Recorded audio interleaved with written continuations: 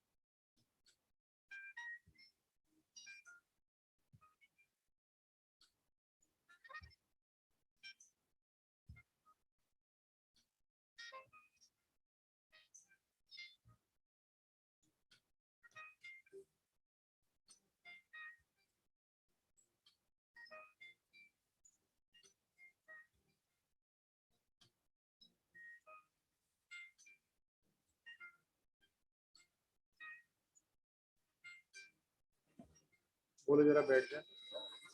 Chief guest has already come. We request everyone to please be seated. Our chief guest has arrived and he will be here any moment. Requesting everyone to kindly please put your mobile phones on the silent or the vibration mode, please. सभी से निवेदन करते हैं कि अपने mobile phones को please आप silent mode पे कर लें so as to maintain the sanctity and decorum of this meeting. Ladies and gentlemen, a very good morning. We are about to begin in a few seconds. Our chief guest has arrived and he will be here any moment. Thank you.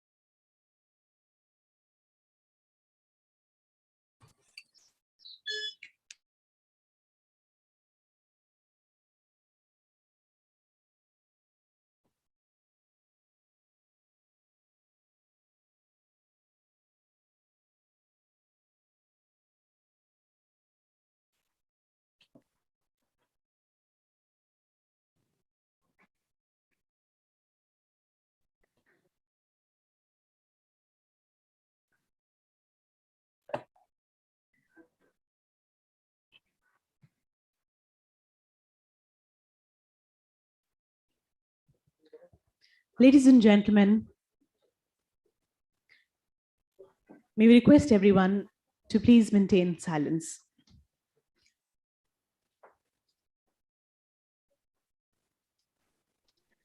एक बहुत सुंदर कविता की कुछ पंक्तियां मुझे याद आती हैं, उनके साथ शुरुआत करते हैं कि डर मुझे भी लगा फासला देखकर, डर मुझे भी लगा फासला देखकर, लेकिन मैं बढ़ता गया रास्ता देखकर, खुद ब खुद करीब आती गई मेरी मंजिल मेरा हौसला देखकर.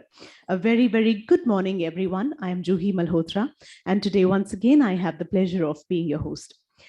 On behalf of APDI, we welcome everyone to Annual National Conference 2021 with a lot of positivity and hope of learning from each other and taking home important takeaways today. Here we begin our day. Seated on the dais is our chairman, and may I request our chief guest, Shri Karnail Singh, IPS, former Director, Enforcement Directorate, to please join us on the dais. Zordar taaliyon ke saath abhinandan. We request Shri C. Pal Singh Ji, former IG and DG of CAPC and APDI, to please join us on the dais. Once again, please put your hands together, everyone, as we welcome our dignitaries for taking their places on the dais. Shri Mahesh Sharma, Secretary General, APDI, बहुत-बहुत स्वागत.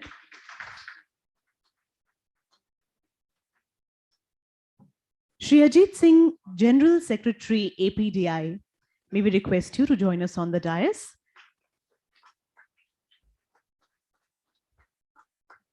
And Shri R. Jagdeva, President, Delhi Chapter.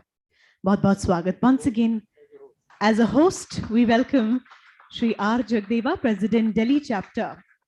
बहुत-बहुत स्वागत.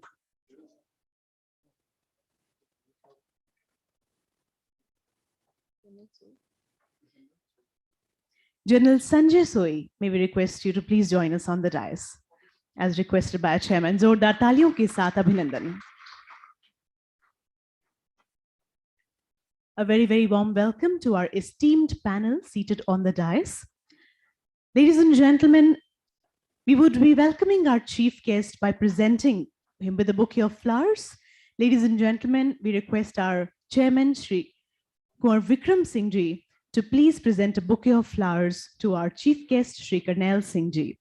Ladies and gentlemen, please put your hands together for a formal welcome of our chief guest today. And may I also request Secretary General Shri Mahesh Sharma to welcome Shri C. Pal Singh Ji with a bouquet of flowers. Once again, a round of applause.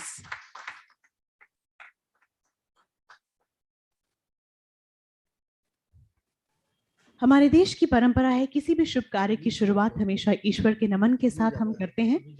Lamp lighting के साथ अब हम शुरुआत करना चाहेंगे और निवेदन करते हैं हमारे चीफ गेस्ट और अन्य सभी जो गणमान्य अतिथि विराजमान हैं, कृपया लैंप लाइटिंग के साथ दीप प्रज्वलन के साथ आज के दिन की शुभ शुरुआत करते हैं. Ladies and gentlemen, it is time for us to light the auspicious lamp as we get ready to begin the proceedings of this day formally. We have a few speakers who are joining us virtually from different parts of the country and abroad. We look forward to a wonderful day, which is going to be very productive and informative, as well as a day full of takeaways as we conclude at the end.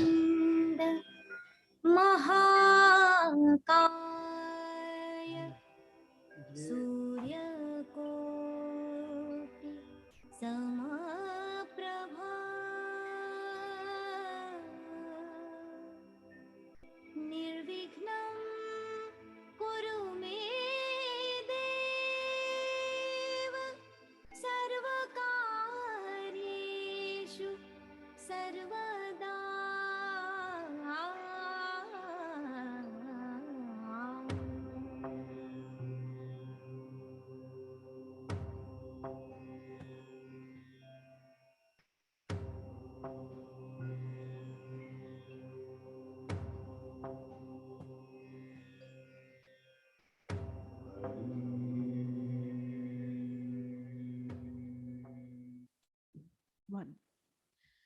चलते हैं अंधकार से प्रकाश की ओर, प्राणी से परमात्मा की ओर, पदार्थ से सूक्ष्म की ओर, अज्ञान से ज्ञान की ओर, धरती से आकाश की ओर.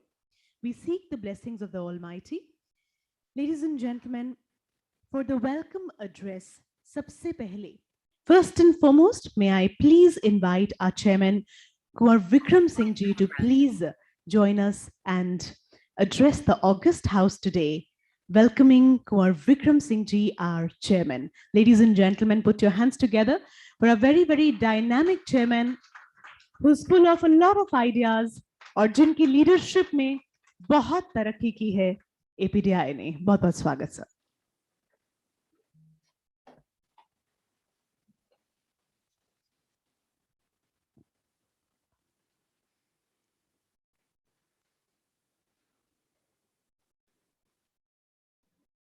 आदरणीय Shri colonel Singh ji, former director enforcement directors government of India, Shri Sipal Singh ji, former IGP and honorary DG ऑफ APDI, श्री महेश शर्मा जी, APDI के राष्ट्रीय महामंत्री, Shri Ajit Singh ji, general secretary, general Sanjay Soi ji, is the CEO of both organizations, and RS Jagdev ji, Delhi Pradesh APDI के अध्यक्ष, विराजमान सभी साथियों, बहनों, भाइयों, सालाना दिन है हमारा और ये 16वां साल है.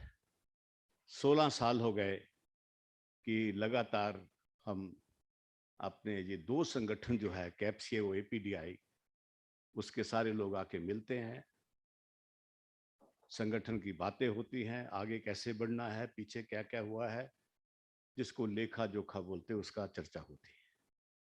और कुछ सालों से APDI का अलग हो गया और कैप्सी का अलग हो गया. रियलाइज किया गया कि जो APDI की जो इश्यूज हैं वो कहीं ना कहीं कैप्सी के जो बड़ा समुंदर है उसमें 2-3 सब्जेक्ट ऐसे आ जाते थे, तो APDI के लोग बोलते थे नहीं जी हमें तो कम समय मिलता है.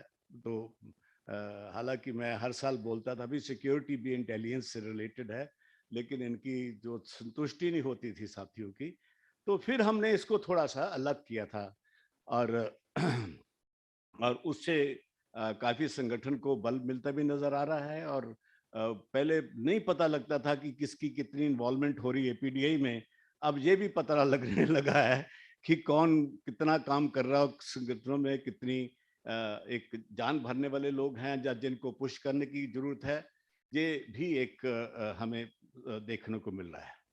साथियों, जहाँ तक ये APDI की जो प्रोग्रेस का मंत्र है वो तो श्री महेश शर्मा जी थोड़ी सी बातें कहेंगे अपने में और बताएंगे कि क्या प्रोग्रेस हुई है, कहाँ कहाँ हम लोग आगे बढ़े हैं. लेकिन जो ओवरऑल जो मैं एक आपको सिनारियो बताना चाहता हूँ कि जिस ढंग से इस प्रोफेशन का विकास हुआ है, जिस ढंग से ये प्रोफेशन बड़ा है और जिस ढंग से ये तरक्की राष्ट्रीय और अंतर्राष्ट्रीय स्तर के ऊपर कर रहा है, ये बहुत बड़ी अद्भुत बात है कि स्टडी का विषय है भी किस ढंग से पूरी दुनिया में जो प्रोफेशन ऑफ इंटेलिजेंस है, प्रोफेशन ऑफ इन्वेस्टिगेशन है, उसके कितने कितने अलग अलग डोमेन्स बने हैं. एक समय था जब मेरे जैसे व्यक्ति ने इन्वेस्टिगेशन का काम शुरू किया तो सिंपल एक मैट्रिमोनियल इन्वेस्टिगेशन से हम लोगों ने शुरू किया था. उन दिनों में लोग हम पे हंसा करते थे कि आप जासूस हैं और उसकी मजाक भी उड़ा करते थे. पिक्चर आएगी, 2 जासूस आई थी पिक्चर, तो उसमें प्राण था और साथ में अशोक कुमार थे. तो मेरे पास भी मेरे साथ में कैप्टन गुरु होते थे, हम दोनों ऑलमोस्ट वो टोपियां लगा के वो पहन के उसका स्वरूप बनाते थे कि जासूस उसी से पहचाने जाते थे. और मैं तो उन दिनों में अपने हाथ में पाइप भी रखता था शेरलॉक होम जेम्स बॉन्ड बनने के लिए, वो इमेज बताने के लिए भी देखो जासूस ऐसे होते. और उसी ढंग से हमें उन्होंने मानना भी शुरू कर दिया था. लेकिन ये निरंतर जो संघर्ष चला है, किस ढंग से हम लोगों ने जो इस देश के 5-7 लोग थे जिन्होंने सारा काम शुरू किया था इंडिया में, और वो बड़े बड़े इंपॉर्टेंट धुरंधर लोग बने, उनकी कंपनियां देश में बड़ी मशहूर हुई हैं, दुनिया में भी मशहूर हुई हैं। यहाँ तक कि हम लोग की जो मेहनत हुई है, जिस ढंग से हमने इस प्रोफेशन को आगे बढ़ाया है, हमारे इंडिया के जो सबसे जो एक इम्पोर्टेंट मिस्टर हेनरी बाबा हुआ करते, शायद आप लोगों को पता ना, बॉम्बे में से लिटिल मोर सर्विसेज थी उनकी, वो कितने साल पहले WAD के फ्रांस में जाके अध्यक्ष बन गए थे, जो वर्ल्ड एसोसिएशन ऑफ डिटेक्टिव के, ये मुझे सन याद नहीं है, लेकिन हेनरी बाबा आज से 50 साल पहले, शायद 50 साल पहले, वो दुनिया के सबसे बड़ा संगठन जो है, जो 1925 में बना था, उसके वो जाके अध्यक्ष बन गए। ये तो खूबी होगी हेनरी बाबा की। बाद में हेनरी बाबा ने किताबें भी लिखी जासूसी के ऊपर। तो कहीं ना कहीं वो जो इंडिया का दबदबा था, जहाँ इनकी नॉलेज थी, जो इनका काम करने का ढंग था, उसको प्रमाणित किया, लोगों ने उसको एक्सेप्ट किया भी, एक इंडिया के लोग किस ढंग से काम करते हैं। दूसरी बात, वो चीज चलती गई और समय आया जैसे मेरे जैसा व्यक्ति भी उसी संगठन का अंतर्राष्ट्रीय अध्यक्ष बन गया। ये बहुत बड़ी बात थी हमारे इंडियन के लिए कि कैसे उन्होंने मुझे किस प्रोसेस के साथ उन्होंने चुना। WAD में अध्यक्ष बनना कुछ छोटी बात नहीं है। वहां आपको मेंबर बनना पड़ता, कई साल रहना पड़ता, फिर डायरेक्टर का चुनाव होता, डायरेक्टर रहना पड़ता, फिर जाके उनका 3rd वाइस प्रेसिडेंट का चुनाव होता। लगातार इतने चुनाव इंडिया में नहीं होते जितने WAD में होते हैं। तो वो प्रोसेस है कि दुनिया के सबसे अच्छे धुरंधर जो इन्वेस्टिगेटर हैं, जो वर्ल्ड के बड़े इन्वेस्टिगेटर हैं, वो अपने अध्यक्ष का चुनाव करते हैं, पहली सीढ़ी से लेके अंतिम तक। तो वो सौभाग्य हमें इस चीज का प्राप्त हुआ, और फिर इंडिया के लोगों का तो दबदबा हो गया WAD में। इसमें आज महेश शर्मा जी भी वहाँ पे डायरेक्टर हैं, हमारे इंडिया के RP चौहान जी है, वो 2nd वाइस प्रेसिडेंट बन गए हैं, अगले अध्यक्ष बनने वाले वही हैं। कहने का मतलब है कि जिस लगन के साथ, जिस अपनी सूझबूझ के साथ हम लोग अपना काम करते हैं, वो इतने यंत्रों का इस्तेमाल भी नहीं करते। ये आपकी बुद्धि है जिसकी जो आप लगाते हो और आप केसेस सॉल्व करते हो, उसमें आपको दुनिया में आपका एक बहुत बड़ा नाम बना पड़ा है, और इसमें तरक्की होती जा रही है। फिर जो और चीजें, ये तो पैट्रिमोनियल इन्वेस्टिगेशन या दूसरी ऐसी चलती गई, पर्सनल इन्वेस्टिगेशन, और उसके बाद तो जो कॉर्पोरेट इंटेलिजेंस का जो दौर चला है, जो आपका लिटिगेशन सपोर्ट का जो दौर चला है, ड्यू डिलिजेंस का चला है, फाइनेंशियल फ्रॉड का चला है, साइबर फ्रॉड का चला। आज बैठे हमारे पास कर्नल सिंह जी जो इसी में आपको बताएंगे।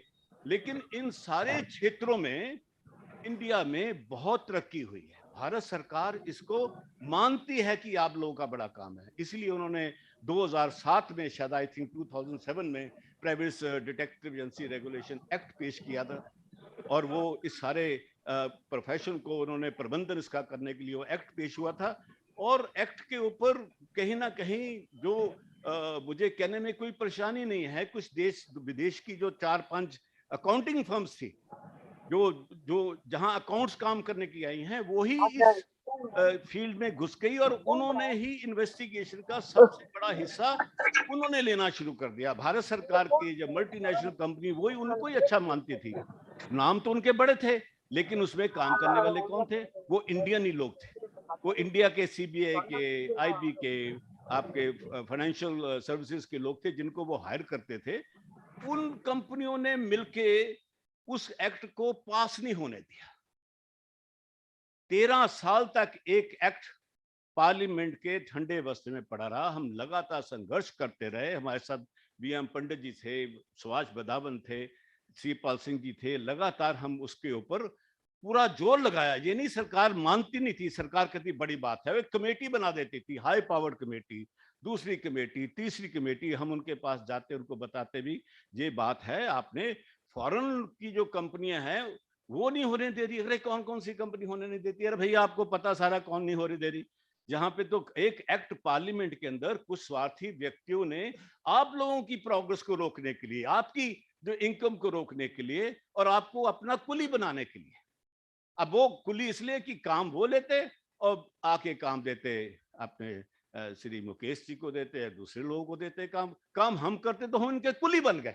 पैसा वो कमाते थे और हमें सिर्फ थोड़े से पैसे दे के लेते। तो बार बार सरकार को इसके बारे में कहा गया, होम मिनिस्टर जी इसको खूब समझते थे, लेकिन काम आगे नहीं बढ़ा। उनकी लॉबी बड़ी स्ट्रांग थी, आज भी स्ट्रांग, आपको बताऊं मैं।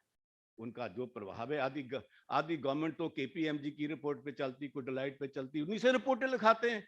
जैसे जहां लोग नहीं है, रिपोर्टें लिखने वाले कौन है? वही इंडियंस है वहां पे। तो ये कहीं ना कहीं जो एक प्रॉब्लम हमारे प्रोफेशन में, एक ब्लॉक पड़ा है, वो सुधारने की जरूरत है। मेरी कुछ कोई 15-20 दिन पहले होम जो गृह मंत्री हैं, एमओएस हैं, श्री निशित प्रमाणिक जी, उन्होंने हमारी मीटिंग जिससे मैं और जनरल साहब गए थे, तो उन्होंने बिल्कुल कैटेगरी बता दिया कि देखिए आपका जो एक्ट है वो हमने वापस ले लिया था पिछले अप्रैल को पार्लियामेंट से, क्योंकि 13 साल हो गए थे। को 13 साल में काफी चेंजेस आई समाज में। मैं कहा जी कोई नहीं आई है, आपने उसको हटाना था, एक्ट हटा दिया, क्या चेंज आई इन्वेस्टिगेशन में?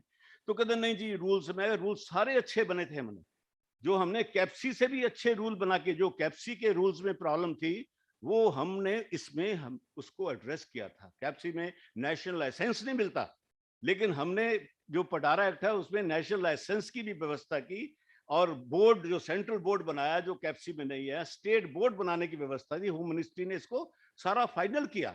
अब जब सब चीजें हो गई तो मंत्री जी को उन्होंने कहा देखिए जी आप हमने मन बना लिया है, इसको हम दोबारा ला रहे हैं।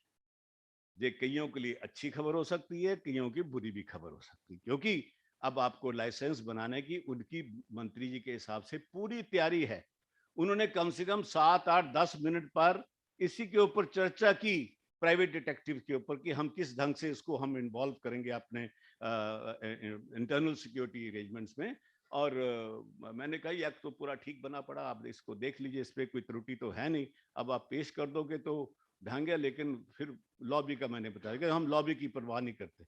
मैं चलो जी अच्छी बात है, अगर आप नहीं परवाह करोगे, ये बन जाएगा तो कोई बात नहीं। लेकिन साथियों अब समय आ गया आप लोगों को प्रोफेशनलाइज होने का। जो आपको 13 साल से हम लगातार बोल रहे थे कि आप भाई ट्रेनिंग लीजिए, आप इसके अंदर सर्टिफिकेशन लीजिए, अपने लोगों को ट्रेन कीजिए, लेकिन आप तो सारे अपने आप को सिकंदर समझते हो कि मुझे तो ट्रेनिंग की जरूरत ही नहीं जी, मैं तो बड़े अच्छे से केस करता हूं। लेकिन हमें पता था भाई ट्रेनिंग का एक दिन आपका सर्टिफिकेट देखा जाएगा, जिस दिन आपको लाइसेंस मिलेगा उस दिन कहेंगे भाई साहब आप किसमें काम करते थे, आप सीबीआई में थे, पुलिस में थे, डिटेक्टिव की ट्रेनिंग आपने कहाँ ली? अब बोलो जी मैं तो विक्रम सिंह से ली है। विक्रम सिंह तो यूनिवर्सिटी नहीं है ना, सर्टिफिकेट देने का काम तो एक किसी ना किसी संस्था का होगा।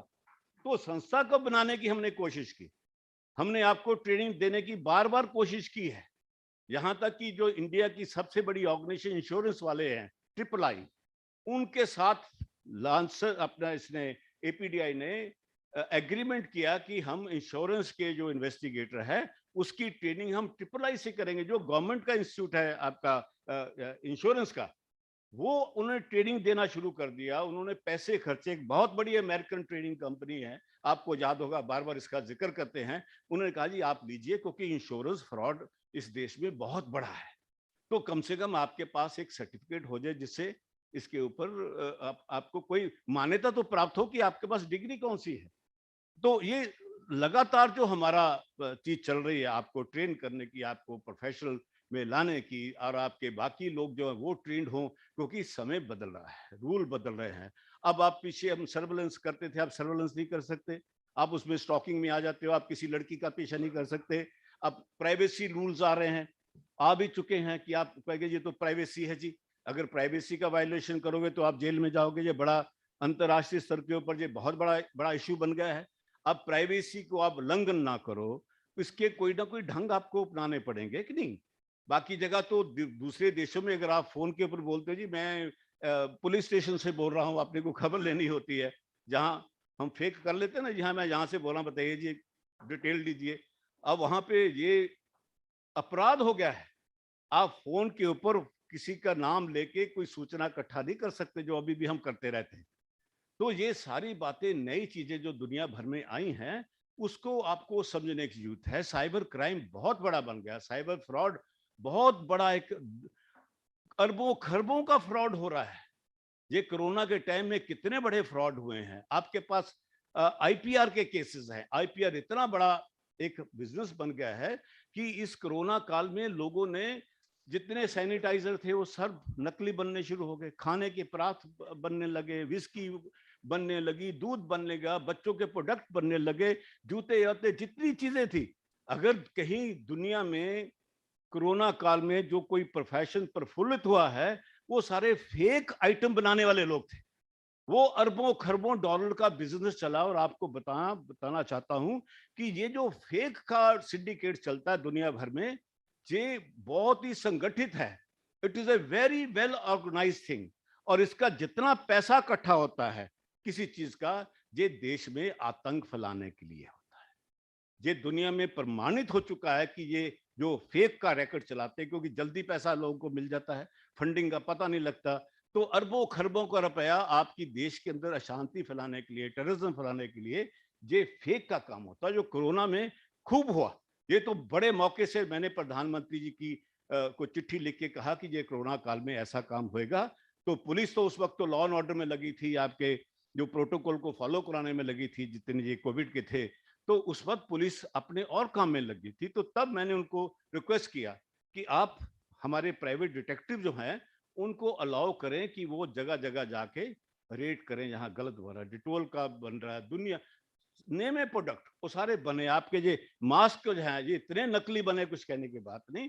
तो प्रधानमंत्री कार्यालय ने इसके इंस्ट्रक्शन दिए हर डीजीपी को, हर प्रदेश के डीजीपी को, कि अगर आपके पास कोई रिक्वेस्ट आती है ऐसे रेड करने की, तो उसको आप प्रेफरेंस दीजिए, प्रायोरिटी दीजिए। हुआ भी, ये मेरे संज्ञान में है भी, कितने रेड उस वक्त भी आप जैसे प्राइवेट डिटेक्टिव ने अपनी जान की परवाह ना करते हुए वहां पे रेड किए और उसको सक्सेस किया। कहीं ना कहीं अखबारों में भी खूब आया कि ये चीज पकड़ी। टेलीविजन भी हमने किया कि कैसे एक सैनिटाइजर बिहार की एक छोटी सी कंपनी में हर ब्रांड का सैनिटाइजर बन रहा है, और क्या उसमें तेजाब टाइप की चीज डाल रहे हैं हाथ धोने वाली। तो साथियों, ये जो जितना भी ये आपका प्रोफेशन है, इसके अंदर बड़ा स्कोप है। इसको अगर आप ढंग से आप करोगे तो आपको बड़ी सफलता मिलेगी। अब हम आपको प्रोफेशनलाइज करना चाहते हैं, एजुकेट करना चाहते हो। रिसेंटली हमारी मीटिंग श्री विमल पटेल जी हैं, ये राष्ट्रीय रक्षा यूनिवर्सिटी के वाइस चांसलर हैं। ये राष्ट्रीय रक्षा यूनिवर्सिटी देश की नेशनल यूनिवर्सिटी बन गई है, सरकारी यूनिवर्सिटी नेशनल यूनिवर्सिटी बनी है। अब उन्होंने कहा कि हम प्राइवेट डिटेक्टिव की ट्रेनिंग का सर्टिफिकेट हम देंगे, हम ट्रेनिंग देंगे। अब कितनी बड़ी बात है कि आप लोग उसमें ट्रेनिंग लेंगे, आपके बाकी लोग ट्रेनिंग लेंगे, या नए नौजवान लोग इसमें आएंगे इस करने के लिए। उनको अगर एक राष्ट्रीय जो यूनिवर्सिटी है वो अपना अगर सर्टिफिकेट देती जो सब जगह मान्य होगा, तो आपको आगे लाइसेंस लेने में प्रॉब्लम। लाइसेंस के लिए सर्टिफिकेट जरूरी होगा। मैं अभी आपको फिर बता रहा हूँ, इसमें लापरवाही मत कीजिए।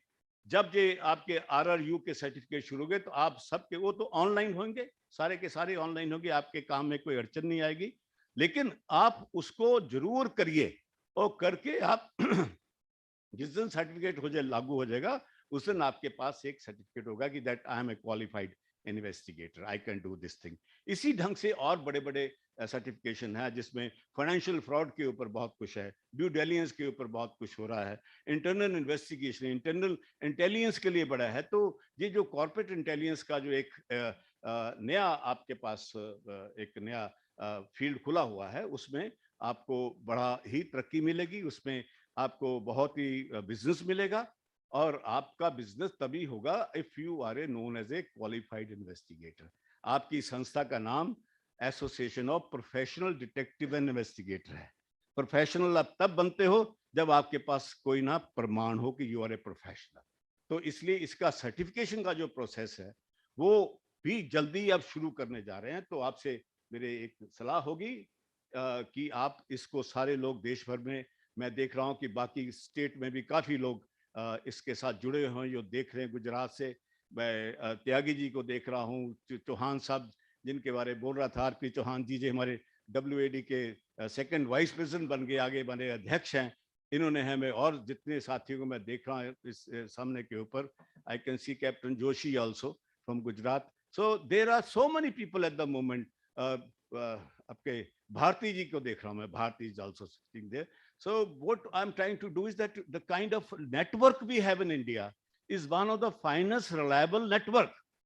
आगे आप कहीं आपको कोई केस मिलता था तो आपको पता नहीं लगता था कि आप किसको गुवाहाटी में किसको बोले, आप कौन कहेगा। अब आपके पास ये पपिया आ गई है, ये लड़की जो है इसकी कंपनी है वहां की पपिया की। ऐसे हर जगह रिमोट प्लेसेस में आपके पास एपीडीआई के डिटेक्टिव हैं जो आपकी मदद कर रहे हैं। देश विदेश में हम करते हैं, किसी देश का केस आता है तो हम वहां पे अपने जो काउंटर पार्ट उनको करते हैं।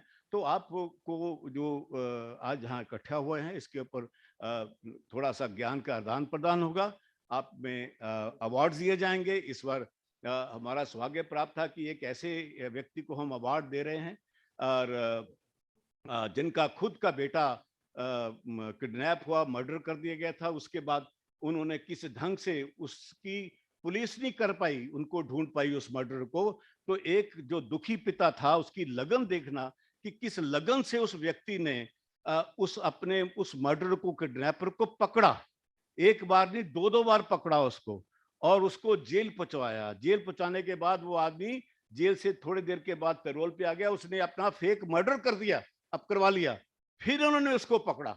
तो इमेजिन करिए जो आम व्यक्ति जिसका जो एक बिल्डिंग कॉन्ट्रैक्टर था, किस तरह अपनी अंदर की वेदना के लिए जिसका बेटा खो गया हो, उसने किस ढंग से, किस लगन के साथ उस व्यक्ति को ढूंढा। ये अद्भुत घटना है। और उसके बाद उन्होंने उस सिर्फ अपना तक ही रखा, अब वो उनके आसपास में कई बच्चे जो गुम होते हैं, किडनैप होते हैं, जो उनकी इन्वेस्टिगेशन फ्री में जाके करते हैं। कर्नल सिंह जी, ये बड़ा अजीब बात है, एक व्यक्ति जो सिविलियन था, जिसको कुछ नहीं पता, जिसका अपना बेटा मर गया, उसका मर्डर को ढूंढना, उसके बाद वो लगातार लोगों को, जहां कहीं किसी का कोई ऐसा किडनैप हो जाता, बच्चा होता, ये उनकी जाके ढूंढते हैं, सक्सेस क्या है। तो पुलिस को बड़ी मदद मिल रही है। तो ये ऐसे व्यक्ति को भी हम अवार्ड देंगे, या बड़े बड़े आज अवार्ड जो अनाउंस किए गए जाएंगे वो भी बड़े अच्छे होंगे। तो ये राष्ट्रीय दिन हमारा जो आज का दिन है, इसके अंदर हमारा अपना लेखा जोखा का, आपका फ्यूचर कैसे होगा, आपकी तरक्की कैसे होगी, आपने अपना प्रबंधन कैसे करना, उसके ऊपर चर्चा है। हमने कितना पैसा खर्चा क्या दिया, उसके ऊपर करेंगे। और फिर जो ज्ञान की बातें हैं, हमारे पास आज विदेशों से 3 लोग जुड़ने वाले हैं। उनमें से 2 लोग तो WAD के एक चेयरमैन है, वो इसमें जुड़ेंगे। डॉन रूसो एक हमारे प्रेसिडेंट इलेक्सी हैं, वो भी बीच में उसमें भी वो आएंगे। इसके अलावा आपके एलन राव जी आज हमारे जो अध्यक्ष हैं, उनको काम पड़ गया, बहुत ही जरूरी, वो चले गए, उनका भी है। हमारे बधावन साहब हैं जो प्रेसिडेंट ही सिख, तो उनका भी है। बाकी सीपाल सिंह जी के इसमें होंगे। 1-2 और लोग हैं जो इनके ऊपर अपना प्रकाश डालेंगे, आपको ज्ञान देंगे, आपका मार्गदर्शन करेंगे। मुझे पूरा होप एंड ट्रस्ट की आप सारी बात को अच्छे ढंग से सुनेंगे और आगे की बातों के लिए हम जैसे एक अपने संगठन को आगे बढ़ाना है, इसको और क्या इसमें चेंजेस लाने, उसको भी चर्चा कीजिए। बहुत बहुत धन्यवाद। Very nice talking to you, my pleasure.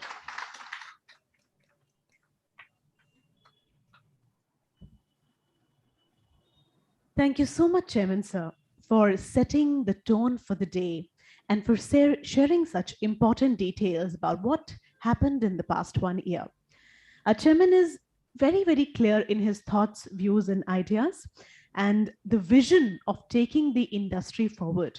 This vision is always in his mind. We are very lucky that we have such a Chairman. Thank you, sir. Ladies and gentlemen, now we will be presenting the annual report. And this will be presented by Shri Mahesh Sharma, Secretary General APDI.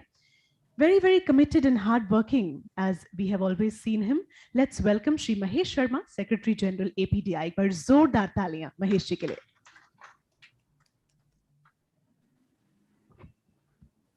Hello. Thank you. Respected our chief guest, Sri Karnal Singh IPS, our chairman Kumar Vikram Singh ji, our IG Sri Paul Saab, he's a DG of APDI also, and our General Sanjay Soi, Sri Ajit ji and Sri Jagdev ji, और मेरे प्यारे साथियों. Through my report, I would like to highlight the number of initiatives taken by the APDI during 2021,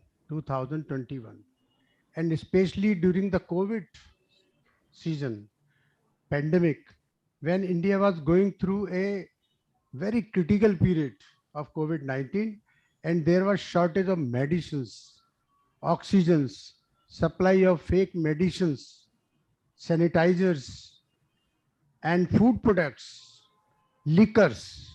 The APDI took up the case with the Prime Minister. We should be thankful to our chairman, Kaur Vikram Singh. He talked to the Home Minister, he talked to the Prime Minister, and they settled a committee for this, and it was implemented. And he requested that this work for fake product, our investigation is well set. I mean, they are equipped, they can do it. So we should be thankful, sir, for you that you have taken the initiative, and lot of people have got the work also. uh, the private investigator helped in saving many lives. Private investigators are helped in checking insurance fraud also. The midterm meeting held on 16th July in Harvard Manor was a great success. Professor Dr. Triveni Singh IPS, SP Cybercrime, UP Police participated virtually and spoke about the cybercrime investigators. He said that cybersecurity professionals are in huge demand today, as any investigation is incomplete without forensic tools. This is very important, and this is fact also. Our Shri Alan Rao, former Deputy Commissioner of Police and eminent lawyer, covered the topic of litigation support and intelligence. Intelligence and surveillance techniques were covered by Shri Mukesh Sani. He is sitting here, former Senior Superintendent of Police, CBI. Other eminent speakers covered various important topics of interest of APDI members. The webinar of on insurance fraud and investigation was held on 22nd July 2021 at 1640 hours virtually. The event was organized by Insurance Institute of India, a leading education and training provider, and is closely associated with all the segment of the insurance industry in association with the APDI. Survey reports on impact of COVID-19 pandemic was released during the webinar. That survey report was very huge and very important for the government. I must say that private detective and investigator industry worked round the clock during tough time to help the law and order machinery of respective state in checking the minions. We have made on 10th of December 2021, as chairman said, in RRU, Rashtriya Raksha University, they have already decided, settled, established one training institute for our investigators. They will give training, and that certificate, as said by chairman sir, it will be recognized by the government. It will be very authenticated and authorized, so that you can have that certificate. You must go for that training also. And finally, I would like to thanks all participants. They have come from all the states. And one thing also I want to tell you, during this pending period, sir, chairman sir, I would like to tell, more than 50 members we have added, more than 50 members, in spite of this pandemic period. So thank you very much, sir. And now I present the balance sheet also of the APDI. This is the balance sheet. आप जिसको भी देखना है, करना है, balance sheet, profit and loss account, everything is here. Still it is a profit. Okay, because so many purchases borne by the CAPC.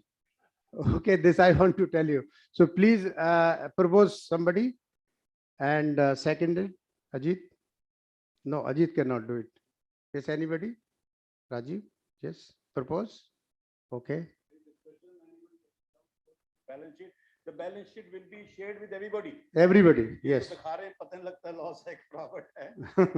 This I have told nutshell. Nutshell में, लेकिन आपको इसके बारे में संपूर्ण जानकारी हम उसको वेबसाइट पे नहीं डालते, कई लोग ने वेबसाइट पे डाल दो, लेकिन ये बैलेंस शीट आपकी इंस्पेक्शन के लिए, अगर आप कोई चाहेगा बैलेंस शीट भेजो, आप सेक्रेटरी जनरल को अपना मेल भेजिए, आपको बैलेंस शीट भेज दी जाएगी. टोटली ट्रांसपेरेंट इस पे है, सर्टिफाइड चार्टर काउंटर बनाकर। वैसे भी I will send this balance sheet to the chapter presidents of the states. You can share with them. Thank you so much, sir. Thank you.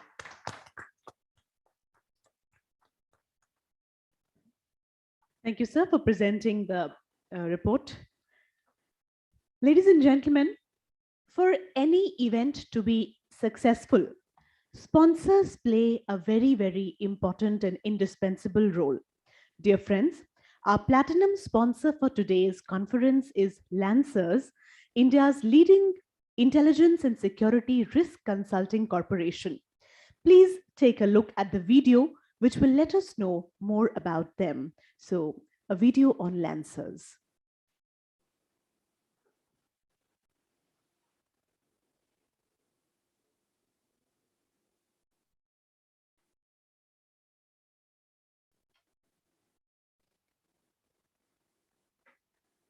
We thank all our sponsors.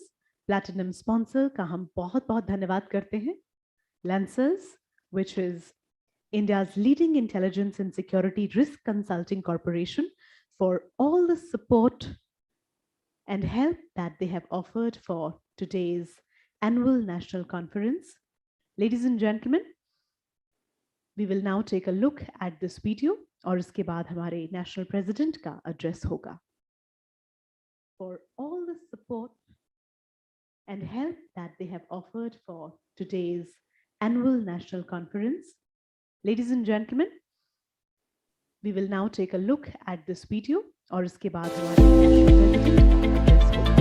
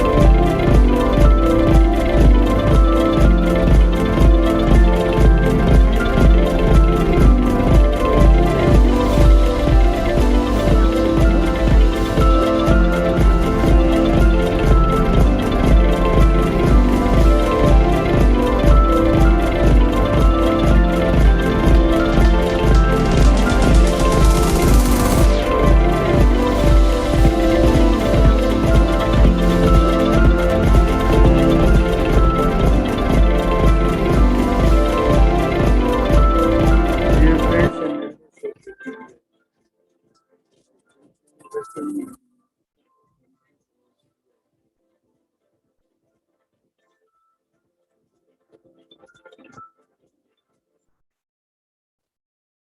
Thank you so much. Thank you, Lancers. जोरदार तालियां हमारे platinum sponsors के लिए. Thank you for all the support and making this conference possible in such a big manner. Ladies and gentlemen, we would now be requesting for an address by our National President APDI, Shri Subhash Vadhavanji. It'll be a video address.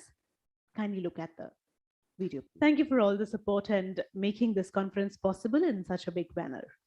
Ladies and gentlemen, we would now be requesting for an address by our National President. Dear friends APDI, and Shri members of Subhash APDI, Vadhavanji. It'll be a video I address. sincerely welcome you Kindly to look at this the conference of Thank you for all the APDI. support and making this I am conference sorry possible that I am in not such a big personally manner. available Ladies and to gentlemen, welcome you we would now at be this requesting for an gala address affair. by our National President Dear friends APDI, and Shri members of Subhash APDI, Vadhavanji. one thing It'll comes be a into video my address. mind that Kindly is a high look time at for the us to Thank you for reunite all the support ourselves. and making this I am conference sorry that possible I am in not such a big personally manner. available. Strengthen the Ladies and hands of the gentlemen, management, we would now be especially our requesting Kumar for Vikram Singh an as address chairman. by our National President Dear friends APDI, and Shri members of Subhash APDI, Vadhavanji. one thing It'll comes be a in high video time address. that is They'll get solved and we're able to listen to our speakers who are addressing us online. Our National President APDI, Shri Subhash Vadhavan, please.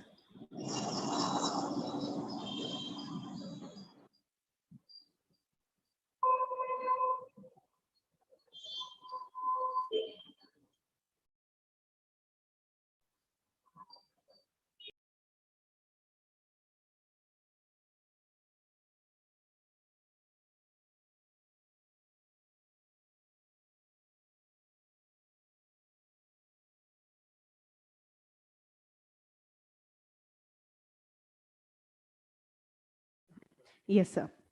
Ladies and gentlemen, we now have arrived at a very, very important segment where we will be presenting the awards and mementos. These are very, very important awards. कुछ ऐसे awards हैं जिनके पीछे कुछ कहानियां छुपी हैं. कुछ ऐसे अवार्ड्स हैं ऐसे लोगों के लिए जिन्होंने बहुत एग्जेम्पलरी वर्क किया है, बहुत अच्छे कार्य किए हैं अपने अपने फील्ड में. जो भी काम उन्होंने किए हैं, they have stood at the top, setting a benchmark for the others. Requesting our chief guest and our chairman sir to kindly please present these awards. हम निवेदन करते हैं हमारे मुख्य अतिथि महोदय से कि कृपया इन अवार्ड्स को प्रदान करने की कृपा करें. हम शुरुआत करते हैं सबसे पहले हमारे अवार्ड्स के साथ, उसके बाद मोमेंटोज यहाँ पर प्रेजेंट होंगे. लेडीज एंड जेंटलमैन, सबसे पहला अवार्ड जो हम देने जा रहे हैं उसका नाम है life time achievement award. Friends, this goes to Shri Mukesh Chandra Sahni, former SSP CBI, SS Legal and Verification Agency LLP.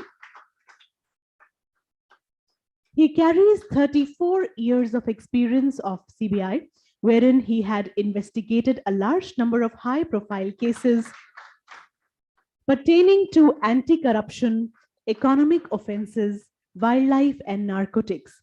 He had successfully unearthed several big rings of drug racketeers, which resulted in the seizure of huge quantity of arms and ammunitions and seized huge quantity of RDX arms and ammunitions.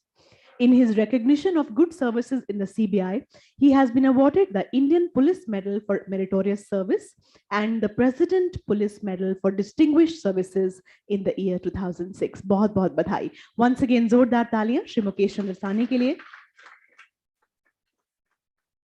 अगला award है Best Corporate Investigator of the Year.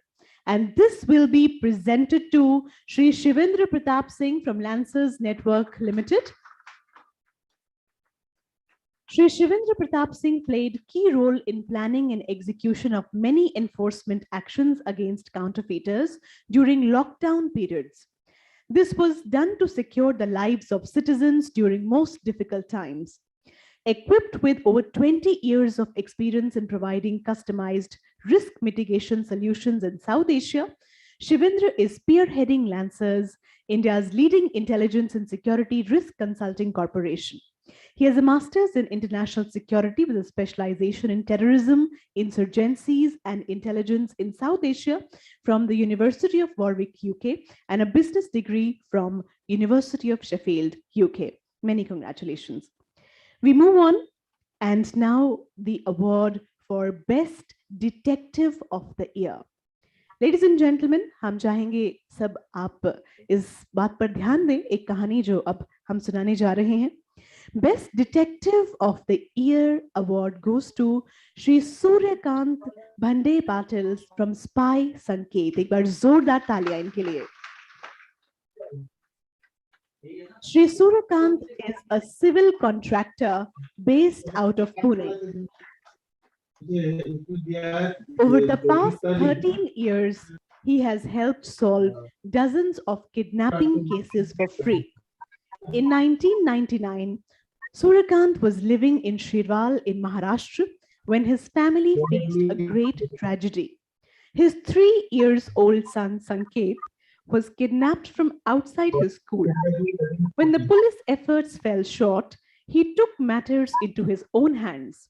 Over the next 8 months, Suryakant helped investigate his own son's kidnapping and bring the criminal responsible to justice. He was unable to save Sanket's life, though. Following the incident, Suryakant vowed to not let this happen to anyone else.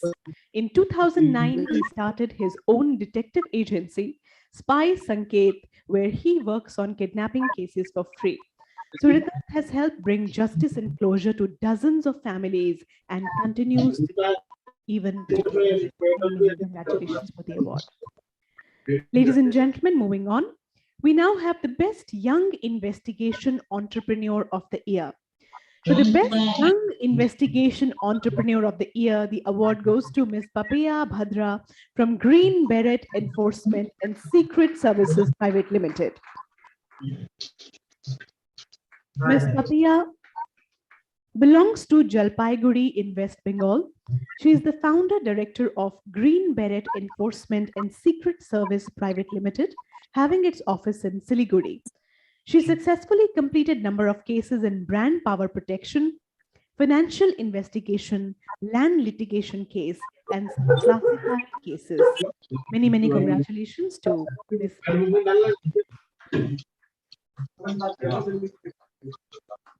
Moving on. The next award is Investigation Entrepreneur of the Year. And this goes to Shri Devvrat Puri Goswami from Tianzu Investigation Services Private Limited. Zordar taliyan inke liye bhi. Shri Devvrat Puri Goswami is the MD and CEO of Tianzu Investigative Services Private Limited. He is the first paranormal investigator of India. Over the past few years, he has not only established the most diverse and impacting detective agencies and paranormal investigative teams, but has served his individual and corporate clients with top-notch quality and ethics of service. He was the director of Devbhoomi Advertising, and he has also worked as SIT Chief Assignment Head, Special Correspondent in many news channels of India. Congratulations, Shri Devvrat Puri Goswami. It's a zordar taliyan. After the awards, we have a few mementos which will now be presented. For the first, which is our platinum sponsor, Lancers Network Limited. Ladies and gentlemen, let's thank our platinum sponsors. एक बार फिर से जोरदार तालियां इनके लिए.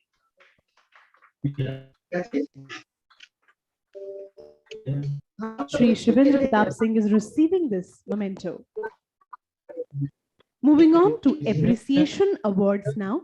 Appreciation awards now to City Intelligence Private Limited. Thank you so much for all the support. City Intelligence Private Limited, bahut dhanyavad for all the support that we have been receiving. Hatfield Investigation Services Private Limited. Ladies and gentlemen, can we have a louder applause, please? Everyone, a big round of applause. Thank you for all the support. And after Hatfield, Top Shield Security Services Private Limited. Many, many thanks and many, many congratulations. Once again, a round of applause for Top Shield. We have a few other appreciation awards. Probe Intelligence Services. Probe Intelligence Services. Thank you so much for all the support we have been receiving for the conference. Drishti Network. Many, many thanks, and we must appreciate the efforts of each and everyone who have put in their hard work, given their time and energy to make this possible. Sleuths India Consultancy Private Limited.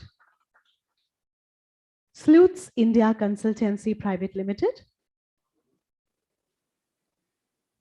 Thank you so much, and this is a very well-deserved appreciation award.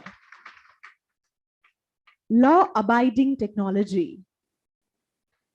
Law Abiding Technology, and after them, in the end, would be 360 degrees.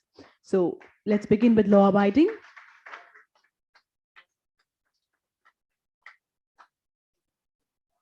Many, many thanks and many, many congratulations. A picture perfect moment as we freeze this time, this moment to be remembered for a very long while after today.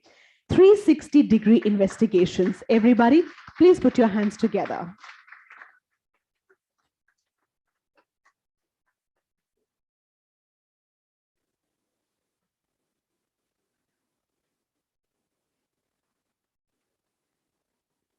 Thank you so much, our chairman, sir, and thank you, our chief guest.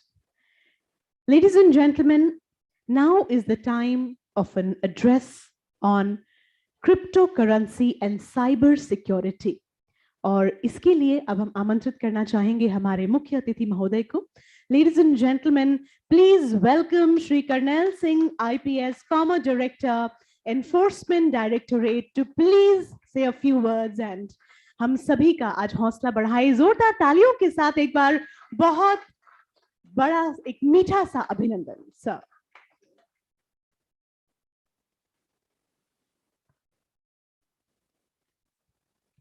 Shri Kunwar Vikram Singh, chairman ADPI, Shri Mahesh Sharma, secretary general,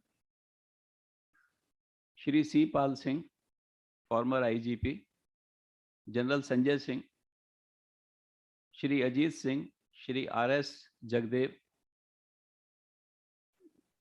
all the participants, eminent speakers, expert detectives and investigators, and media. At the outset, I would like to thank Kumar Vikram Singh and Mr. Alan Rao, who have invited me and given an opportunity to speak with you.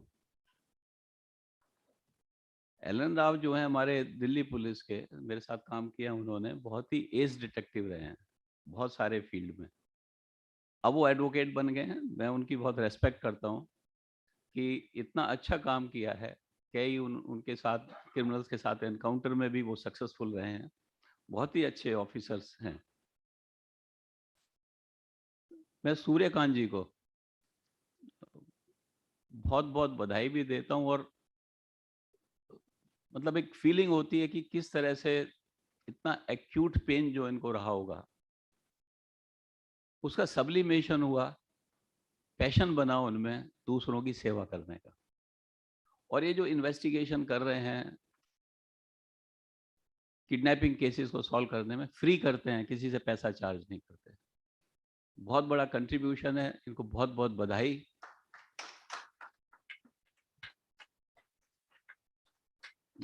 यहाँ पर जो awards दिए गए हैं, different तरह के,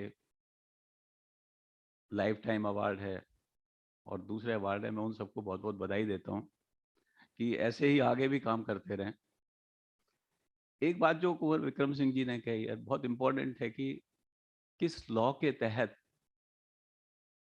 कोई भी एजेंसी कंट्रीब्यूट करती है.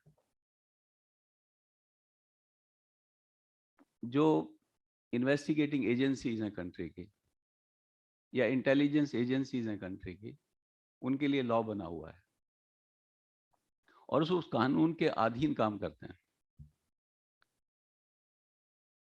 बहुत सी चीजें उसमें भी कमी है. फॉर एग्जाम्पल, हमारी कंट्री में सर्वेलेंस के ऊपर कोई लॉ नहीं है, एक्सेप्ट दी जो आप फोन इंटरसेप्ट करती हैं एजेंसीज, उसके लिए लॉ है. लेकिन इन जनरल सर्वेलेंस के लिए लॉ नहीं है. अंडर कवर ऑपरेशंस के लिए लॉ नहीं है. अगर कोई एक पुलिस ऑफिसर और intelligence officer under cover operation करता है, ये उसका अपना रिस्क है. अगर किसी और एजेंसीज ने उसको पकड़ लिया तो मर्जी है उसको माने उसकी बात या ना माने उसकी बात. सिमिलरली आप लोग जब काम कर रहे हैं, आई एग्री विद हिम कि 13 साल एक लॉ पेंडिंग पड़ा रहा, उसको विड्रॉ हो गया और अब आपकी एसोसिएशन कोशिश कर रही है कि कानून बने. बहुत बड़ी बात है अगर कानून बनेगा, ताकि सबको पता हो कि हमारी पावर्स क्या हैं और किस फ्रेमवर्क में हमको काम करना है. ये बहुत बहुत जरूरी है. आज का जो टॉपिक है crypto currency and cyber security, बहुत बड़ा टॉपिक है और ये 10 मिनट में नहीं कोई बात नहीं लेकिन मैं इसको छोटे में ही कवर करूंगा. जो क्रिप्टो करेंसी की बात करें, आज को बड़ा डिबेट चल रहा है इसके ऊपर. पार्लियामेंट में भी बिल अभी इंट्रोड्यूस होना था, लेकिन पहले एक इंट्रोड्यूस हुआ था, वो विड्रॉ हो गया. नया बिल इंट्रोड्यूस होना है, अभी वो बना नहीं है. क्रिप्टो करेंसी की जो शुरुआत हुई, थिंकिंग शुरू हुई 1980s में शुरू हुई. बेसिकली हमारी जितनी भी फाइनेंशियल ट्रांजैक्शंस हैं वो बैंकिंग के थ्रू होती है। That means there is a third party. अगर मैं अपने पैसे ट्रांसफर करना चाहता हूँ और जब तक बैंक अप्रूव नहीं करेगा मेरे पैसे ट्रांसफर नहीं होंगे। तो ये सोच हुई कि भी वही थर्ड पार्टी, अगर मेरे पास पैसे हैं, जैसे मेरे पास कैश रखा हुआ है, ऐसे ही मेरे पास बैंकिंग के पैसे होने चाहिए और मैं जब चाहे जिसको मर्जी ट्रांसफर कर दूं। जिसको जैसे कैश देते हैं तो डिजिटल कैश के ऊपर एक कॉन्सेप्ट शुरू हुआ। डेविड शॉम थे जिन्होंने डिजी कैश एक कॉन्सेप्ट दिया, लेकिन वो फेल हो गया उस समय बिकॉज टेक्नोलॉजी डेवलप नहीं थी। उसके बाद बहुत सारे अटेम्प्ट्स हुए, लेकिन 2009 में एक अननोन आदमी, अननोन नहीं कहूंगा, नाम है Satoshi Nakamoto, but who is he nobody knows.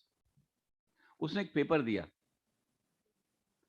कि बिटकॉइंस कैसे बनने चाहिए, और ये पेपर पूरी चीजों को सॉल्व करता था जो पुराने टाइम में सॉल्व नहीं हो पाती। एक नई टेक्नोलॉजी का इजाद हुआ, उस टेक्नोलॉजी से जो है ये पॉसिबल हुआ कि बिटकॉइंस बने। बट प्रॉब्लम क्या है इसमें? पहली बात, व्हाट इज क्रिप्टो करेंसी? अभी तक जो कॉन्सेप्ट है, unless the government comes out, कि मैथमेटिकल कैलकुलेशंस हैं। फॉर एग्जांपल बिटकॉइन के बारे में मैं बताता हूं, आपको शायद पता हो। ये ट्रांजैक्शंस हुई, 10 आदमियों ने, 20 आदमियों ने 10 मिनट तक जो ट्रांजैक्शन की वो सारी इकट्ठी हो जाती हैं, और जितने भी लोग दुनिया में जो माइनिंग करने वाले बोलते हैं उनको, वो उनको क्लब करते हैं, ट्रांजैक्शन को क्लब करके उनका एक हैश बनाते हैं। हैश का मतलब है कि आप कोई भी एक पर्टिकुलर फंक्शन होता है, जैसे MD5 चेक सम है या दूसरे हैं, तो वो कितना भी लंबा हम उनको टेक्स्ट देते हैं, वो 120 बिट में या 160 बिट में उसको कन्वर्ट कर देता है, तो उसका हैश बनाते हैं। लेकिन वो कहते हैं कि हैश एक पर्टिकुलर टाइप का होना चाहिए, उसमें 4 जीरो होनी चाहिए पहले। तो जो ट्रांजैक्शंस हुई हैं उसमें 4 जीरो नहीं आएंगी उसका जब हैश बनाएंगे, तो कहते हैं अच्छा एक नंबर को गैस करो। इस नंबर को गैस करके उस नंबर को साथ में लगा दिया और फिर उसका हैश बनाया। हैश उस 4 पहली जीरो आई या नहीं आई, तो इस तरह से उस नंबर को गैस करते हैं। And that is a mathematical calculation, वो से कि मैथमेटिक्स स्पेंड करती है अपनी एनर्जी। तो जो आदमी सबसे पहले ऐसा नंबर गैस कर लेता है जिससे हैश उस लिमिट में आ जाए जिसको कहते हैं आना चाहिए, तो उसको राइट मिल जाता है कि इस जो भी ट्रांजैक्शंस हुई हैं उसको अप्रूव करें। और उसको क्या मिलता है इतनी कैलकुलेशन करने का? उसको बिटकॉइन मिलती है। So there is a incentive mechanism, there is a proof of work. Proof of work is आपने वो सही गैस किया, और इंसेंटिव मैकेनिज्म क्या हुआ कि आपको बिटकॉइन मिल गई उसके बदले। तो ये बेसिक मैकेनिज्म है इसका। और जो ट्रांजैक्शन की, वो एक आदमी ने दूसरे आदमी से ट्रांजैक्शन की, ट्रांजैक्शन करने वाले का नाम नहीं है, क्योंकि हर ट्रांजैक्शन को वो पब्लिक की और प्राइवेट की यूज करेगा। यानी प्राइवेट की से उसको अपने लॉक करेगा एंड पब्लिक की वुड बी अवेलेबल। तो हर ट्रांजैक्शन के पहले पब्लिक की होगी। सो हमें केवल पब्लिक की मालूम है, दैट ए ने बी को ट्रांसफर किया, who is A, who is B, nobody knows. सारी ट्रांजैक्शंस अवेलेबल हैं ऑल ओवर दी वर्ल्ड। आप कंप्यूटर पे बैठ के देख सकते हैं कि कौन से ट्रांजैक्शंस कब हुई, लेकिन किसके बीच में हुई किसी को नहीं मालूम। और ये ट्रांजैक्शंस कहाँ हुई, क्रिप्टो करेंसी कहाँ स्टोर्ड है, नो बॉर्डर्स।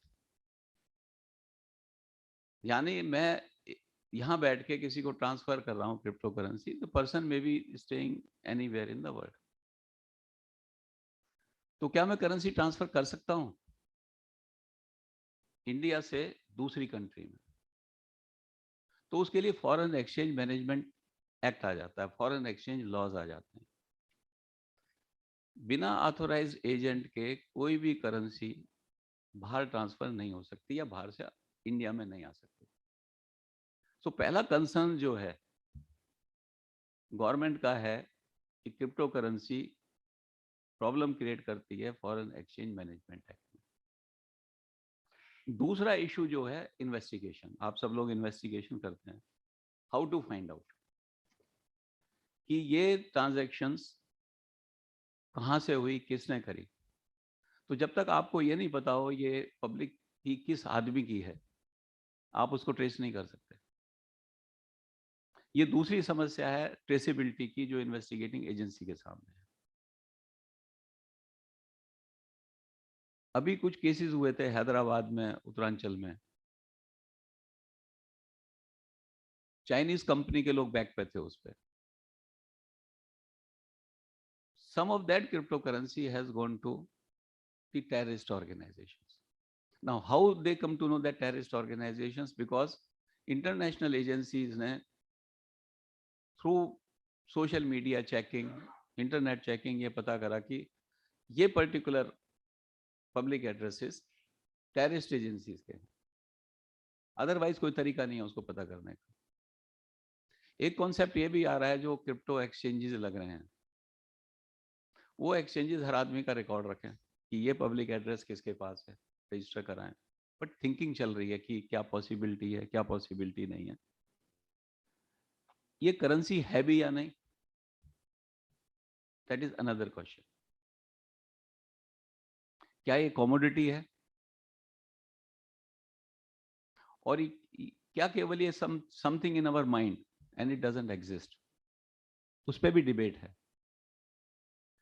इन सारे इश्यूज को देखते हुए गवर्नमेंट थिंक कर रही है कि इसको किस फॉर्म में लाया जाए। कुछ कंट्रीज हैं वो इसको रेगुलेट कर रही हैं, कुछ कंट्रीज कह रहे हैं कि नहीं हम अपनी खुद की करेंसी यूज करेंगे। नाउ सपोज कर लो किसी ने किडनैप कर लिया किसी को, now they may ask ransom in virtual currencies, how will you trace it?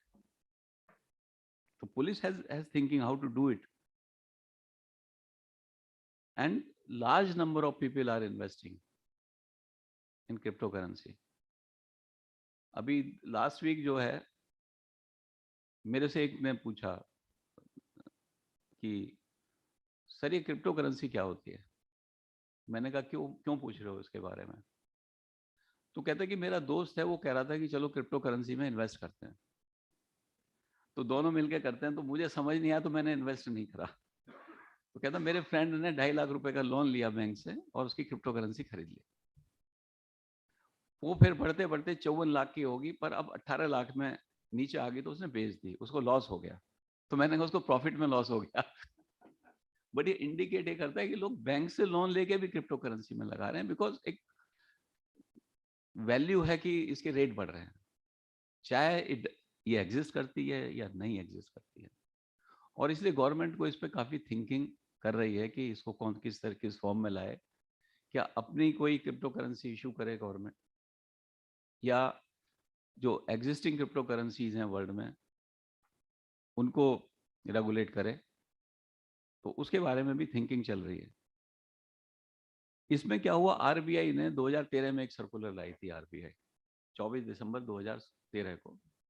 उनके कंसर्न क्या थे कि इसमें कोई रिड्रेसल मैकेनिज्म नहीं है। सपोज कर लो आपका पासवर्ड खो गया आपके वॉलेट का,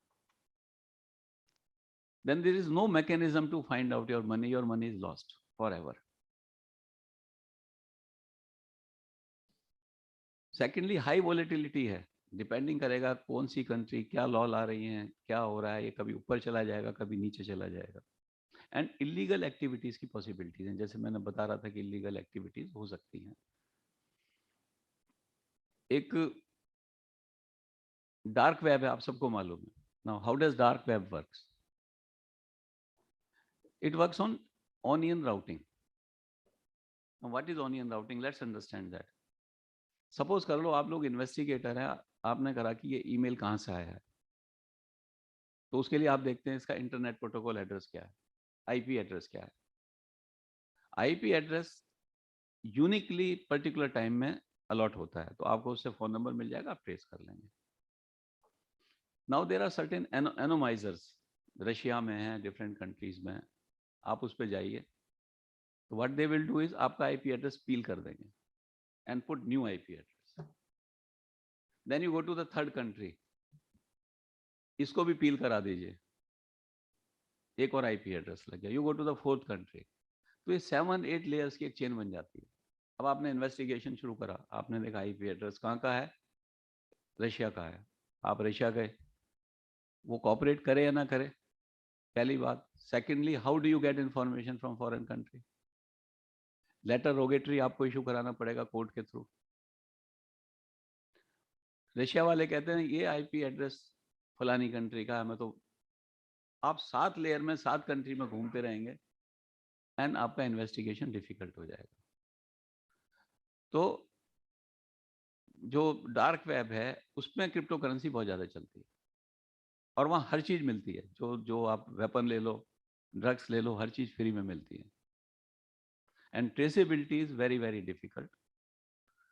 2013 या 14 में अमेरिका ने एक पर्टिकुलर सिल्वर मार्केट को क्रैक किया था डार्क वेब पे, बट वो टेक्नोलॉजी से नहीं किया था, वो अपनी इंटेलिजेंस एजेंसीज के थ्रू इंटेलिजेंस कलेक्ट करके किया था उन लोगों ने. तो ये भी एक डिफिकल्टी आ रही है क्रिप्टो करेंसी से. मनी लॉन्ड्रिंग की चांसेस बहुत ज़्यादा हैं क्रिप्टो करेंसी में. इसको यूज़ करके मनी लॉन्ड्रिंग करके अपने पैसे को कहीं से कहीं भेजा जा सकता है. टेरर फाइनेंसिंग की पॉसिबिलिटीज है. तो इस इशू पे उन्होंने सर्कुलर निकाला, रिपीट किया.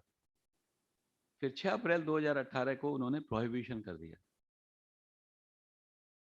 इसके against internet mobile association of India supreme court गई. सुप्रीम कोर्ट ने कहा कि you are regulator, you are not the policy maker and therefore you can not make policy.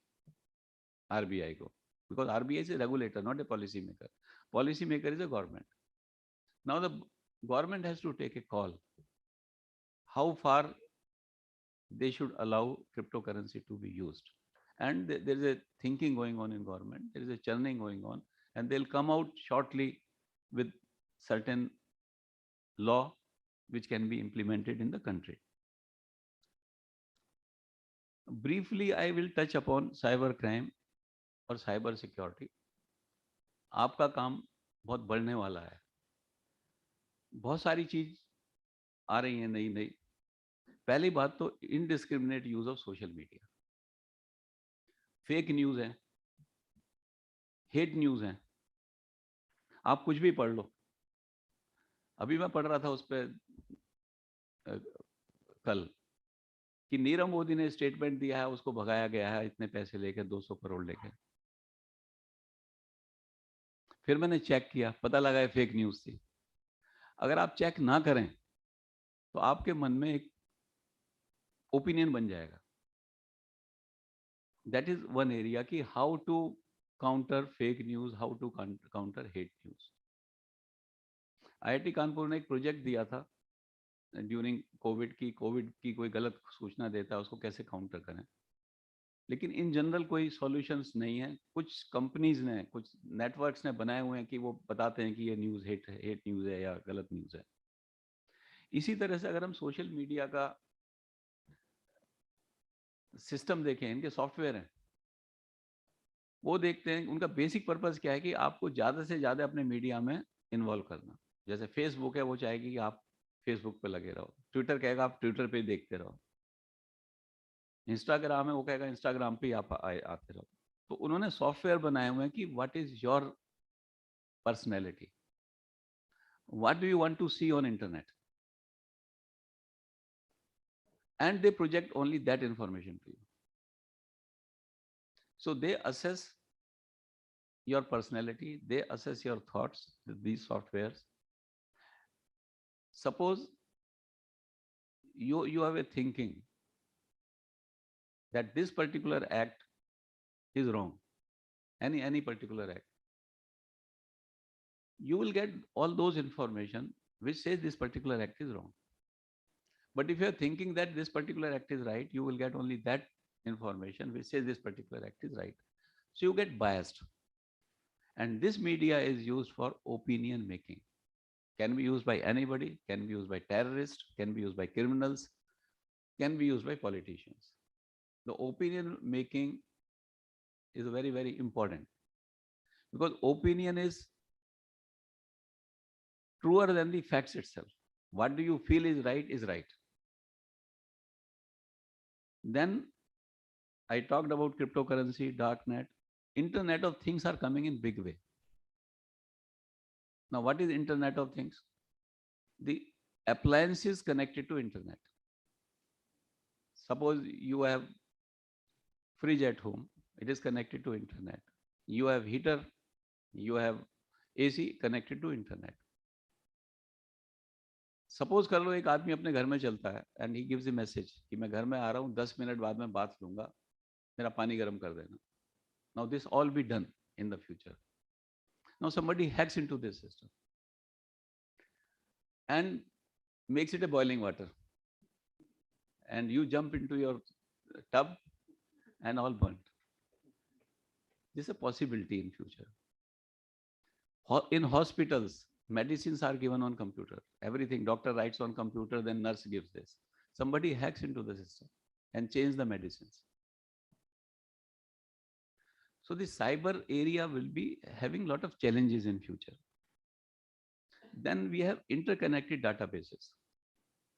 As we are progressing, various databases of critical infrastructure will be connected. Now, one incident happened in Australia, Queensland, long back. One engineer was sacked. This engineer has handled their computer systems. So they have computerized system for handling water service and handling sewage service. He connected water with sewage with water, and lot of problem came. You are getting the wrong water. All these things are possible in interconnected, and we are going to smart cities. 100 smart cities would be coming in India. और उन smart cities में क्या होगा, जितनी भी वो हैं systems हैं, फॉर एग्जांपल सीसीटीवी सिस्टम्स हैं, डिफरेंट बिल्डिंग्स की जो एंट्री सिस्टम है, कौन जा रहा है कौन आ रहा है, हॉस्पिटल्स का रिकॉर्ड है, कौन ट्रैवल कर रहा है वहां से बाहर, कौन ट्रैवल कर रहा है रेलवे या ट्रेन में, that all these little information will be on their databases in computers, and therefore chances of hacking are more, and there would be requirement of cyber security, and huge requirement of cyber security would be there. Artificial intelligence is coming. People can morph things. Even the video can be morphed. Today you see the morphed picture only, photo only. In future there will be totally video will be morphed. You can be cloned on the internet. Cloning of a person, because you are going on internet and giving everything. You are giving only even this thing on the internet कि आज मैं जा रहा हूँ शिमला घूमने, 2-4 photo खींच दे. चोरों को भी पता है कि आप चले गए, घर खाली पड़ा है. So we have to be careful, and the role of investigating agencies, role of the people who can understand investigation will increase. Now, the president was talking, chairman was talking about training. That is very, very important, and I'll request कि आप अपना कोई training module बनाएं and उसको आगे use करें. For example, हमारी country में फाइनेंशियल एनालिसिस का कोई सॉफ्टवेयर नहीं. सीरियस फ्रॉड इन्वेस्टिगेशन ऑफिस ने अमेरिका से या यूके से खरीदा है. अदरवाइज किसी भी एजेंसी के पास कोई सिस्टम नहीं है, हमारी कंट्री में डेवलप ही नहीं हुआ. आप सोच सकते हो कि आप फाइनेंशियल एनालिसिस इन्वेस्टिगेशन का बहुत स्कोप है, और उसमें मोस्टली इन्वेस्टिगेटिंग एजेंसी प्राइवेट लोगों के पास अप्रोच करते हैं. So that is a area for you. तो आप कर सकते हो कि फाइनेंशियल एनालिसिस का एक अपना मॉड्यूल बनाएं, उसको स्प्रेड करें, और अपने अपने छोटे छोटे मॉड्यूल बनाएं. इंटरोगेशन कैसे करना चाहिए उसका मॉड्यूल बनाएं, क्योंकि इस तरह की चीज़ों की आपको जरूरत पड़ेगी. साइबर एनालिसिस कैसे करें इसका आप अपना मॉड्यूल बनाएं. And that is good. राष्ट्रीय रक्षा यूनिवर्सिटी जो है आपको हेल्प कर रही है, बट अपने मॉड्यूल बनाएं, उससे ज्यादा फायदा होगा. Thank you very much. I will stop at this.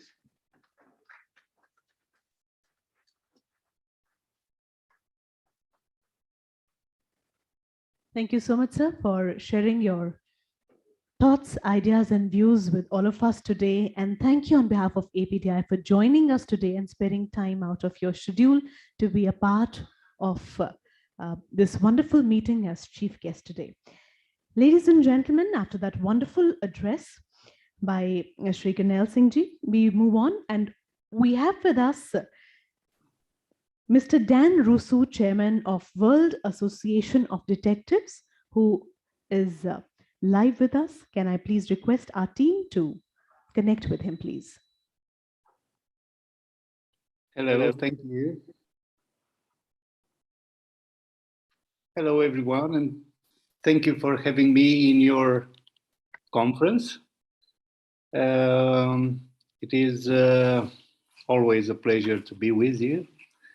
And I have some few words for you, and I want to say that all the participants, I want to congratulate for being there, to honorable guests and speakers, and to all the ladies and gentlemen in the room and online. Like I said, it is always a pleasure, and it will always be a pleasure to be with you. And it is a great honor to address to this very special participants. I want to address many thanks to my good friend and past president of World Association of Detectives, Mr. Kumbar, for inviting me, and I am looking so forward to see you and meet you in person again. Hope it will be soon. Now a few words about World Association of Detectives. Probably you know that it was established in 1921, so it is one of the longest and largest association of its kind in the world. And I'm happy to tell you that India is very well represented. You have a past president near you, Mr. Kumbar, like I said, and I'm sure you know that RP Chauhan is our second vice president, and in 2 years, India will have another president of the World Association of Detectives, which is really great. My congratulations to the awarded person, and I would have liked to shake direct hand with them, but maybe next year it will be possible. So congratulations to the awarded persons and the agencies. I wish you well. I want you to be safe and have success in your conference. I won't keep you too much because I saw the agenda, and you have some very interesting presentation. I saw here ethics and the private investigator, which is really interesting. And a lot of our other very skilled speakers. So I will not keep you long. Good luck and congratulations. And by the way, I want to tell you that India's ambassador in Romania is very, very much involved in our society. He did a lot of trips. He visited a lot of parts of Romania, so he is pretty much involved. And we are friends on Facebook, by the way. So that was all. Thank you. Good luck, everyone. And thank you for having me in your great conference. And congratulations for organizing. You are really an example for all the National Association of Private Investigators in the world. For me, you're great. So thank you very much and good luck. Thank you, Mr. Dan Rusu. Ladies and gentlemen, we were listening to the chairman of World Association of Detectives who was addressing us live. Thank you, Mr. Dan, once again. So we have the address by the National President APDI, which we could not play earlier. So may we request our team to kindly please present to us the message by President Shri Subhash Padhavanji. May I please request our team to play this message.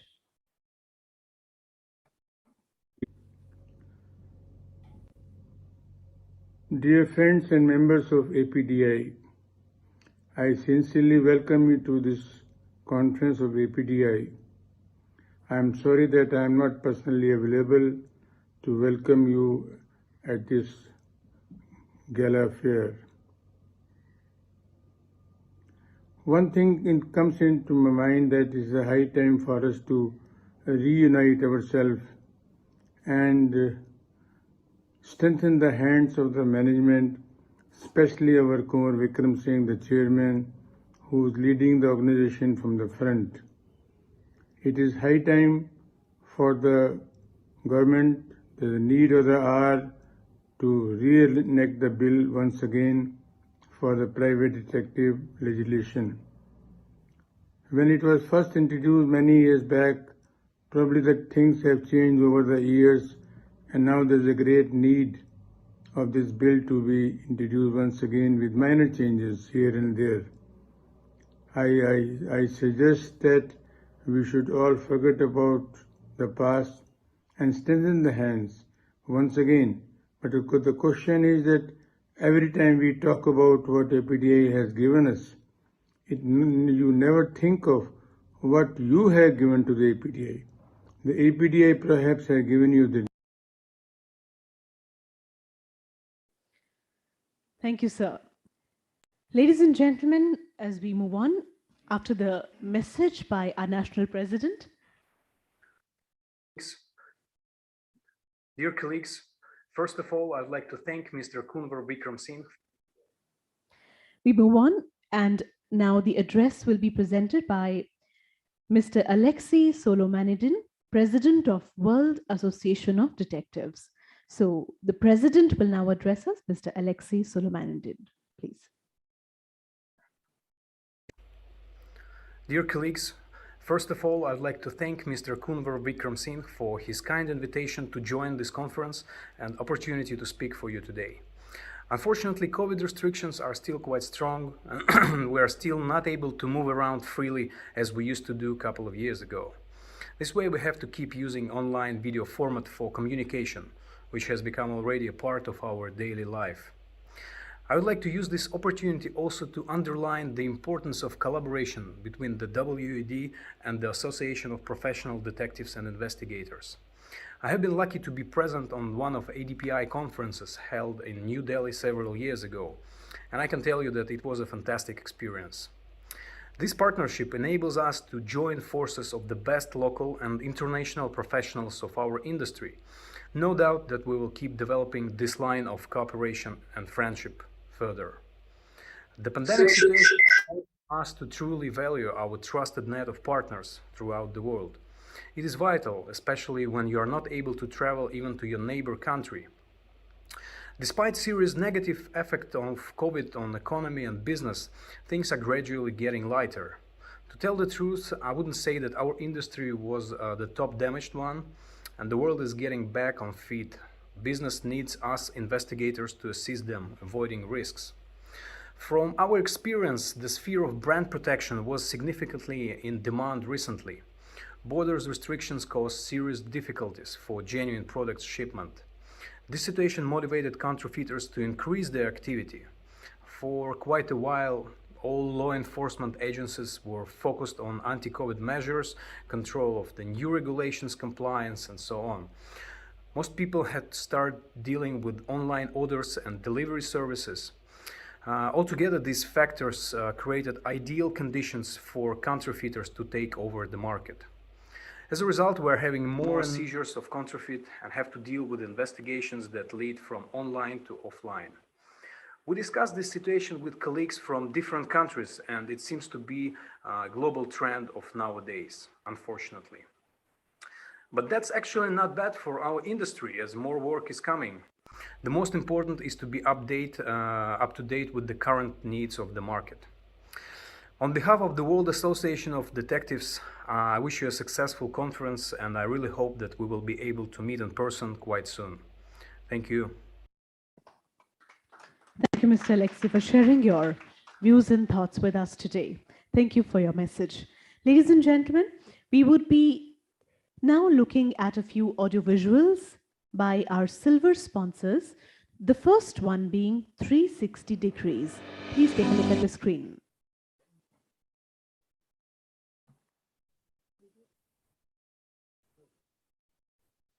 So may we request a video on 360 Degrees first.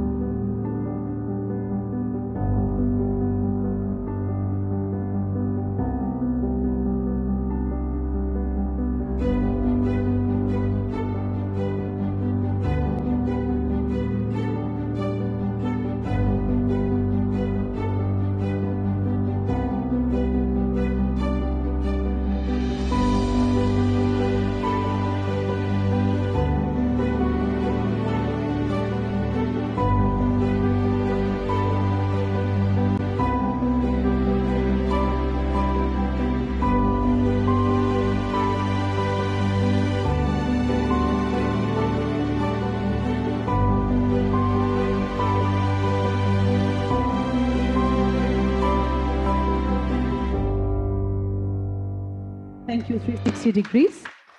The next silver sponsor, Law Abiding Technology.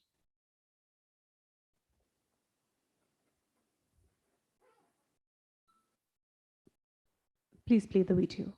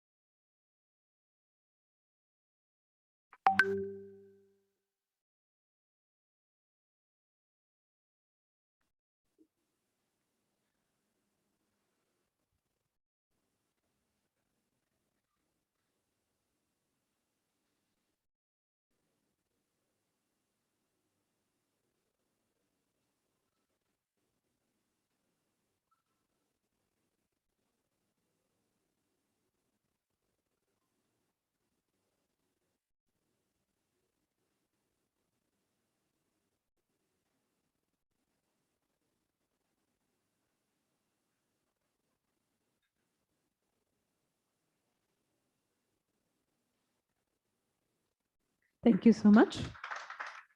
Law-abiding technology. And the final one by Probe Intelligence Services. So a final presentation by one of our silver sponsors, Probe Intelligence Services.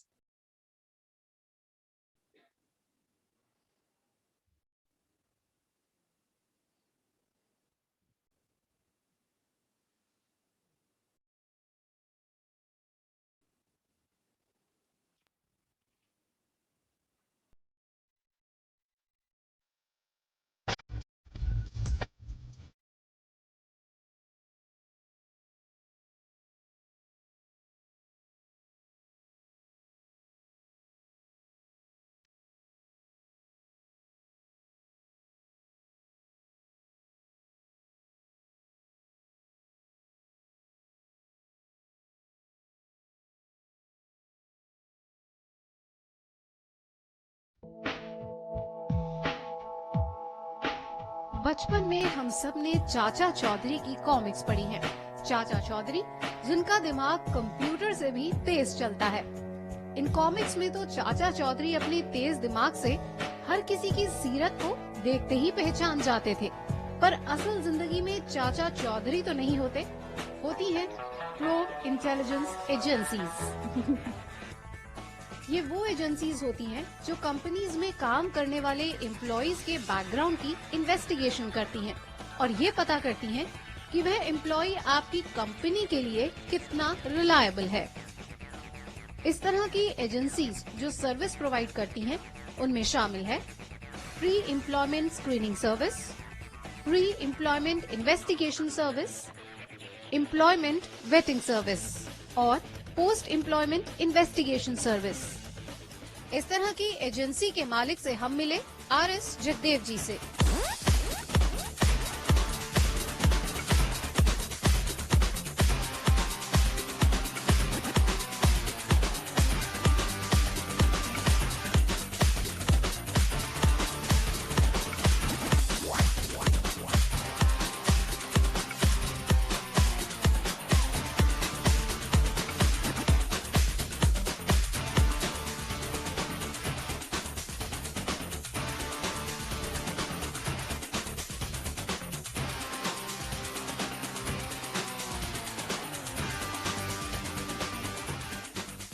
RS. Jagdev जी घर आकर refresh होते हैं और तैयार होने के बाद अपनी फैमिली के साथ ब्रेकफास्ट करते हैं।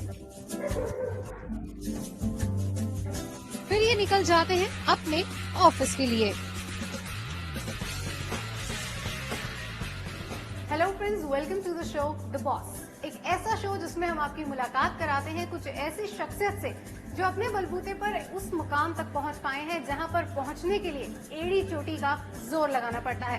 और हमारे आज के इस प्रोग्राम में हम आपको ऐसे ही 3 शख्सियत से मिलवाएंगे। तो चलिए चलते हैं और मिलते हैं सबसे पहले आर.एस. जगदेव जी से, who is the chief coordinator of probe intelligence. Hello everyone, my name is Mr. R.S. Jagdev. I am the Chief Coordinator of Probe Intelligence Services. For the last 39 years, since 1982, my investigations and testimony have been used in many of the most complex and demanding cases in India and abroad. In this process, my clients have won many of the nation's largest judgment and recovered huge amount of money lost through fraud, theft and employment. I am also the president of Delhi chapter of Association of Private Detectives and Investigators, India. I had also been conferred upon the Investigator of the Year Award for 2016 by Mr. Kalraj Mishra, Honorable Union Minister for Micro, Small, Medium Enterprises. This was widely covered by the India Today in the Entrepreneur of Year Award for 2017. My firm, Probe Intelligence Services, has been recognized as one of the most successful investigative agencies in India and has featured in the Labor Law Reports, HRD Updates and Human Capital Training Management, India Today, Investigation Times and many other professional business trade publications. I am affiliated with the National HRD Network, American Society of Industrial Security, Association of Private Detectives and Investigators, Labor Law Association and Association of Industries and Institutions. I would like to share my mission, and I quote, use innovation and technology to consistently provide client partners with corporate undercover and special investigation services that are superior in quality and value, while ensuring they receive the highest possible return on their investment. My vision is to build a world-class organization committed to continuous growth and market dominance, in which each employee has the opportunity to enrich himself, herself, professionally and financially to the fullest extent he or she desires. I value and treat all people with respect and dignity. I believe in conducting all business with uncompromising integrity and being loyal to the organization and mission. I believe to encourage flexibility, innovation, and teamwork.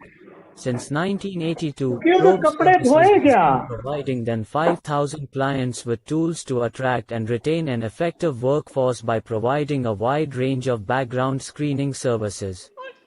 My company is ISO certified and APDI certified and follows the strict data privacy laws authorized under ACPI guidelines.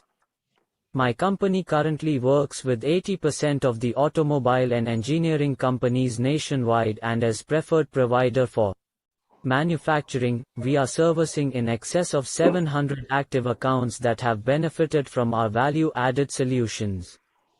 It's been a pleasure being with you all, and thank you for your patience.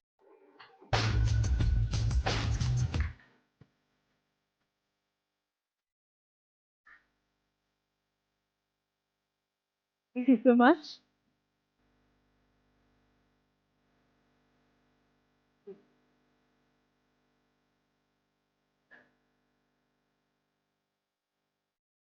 Thank you so much.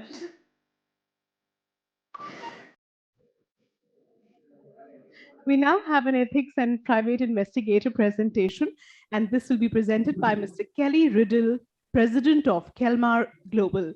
May I request our team to kindly please connect with Kelly Riddle, please.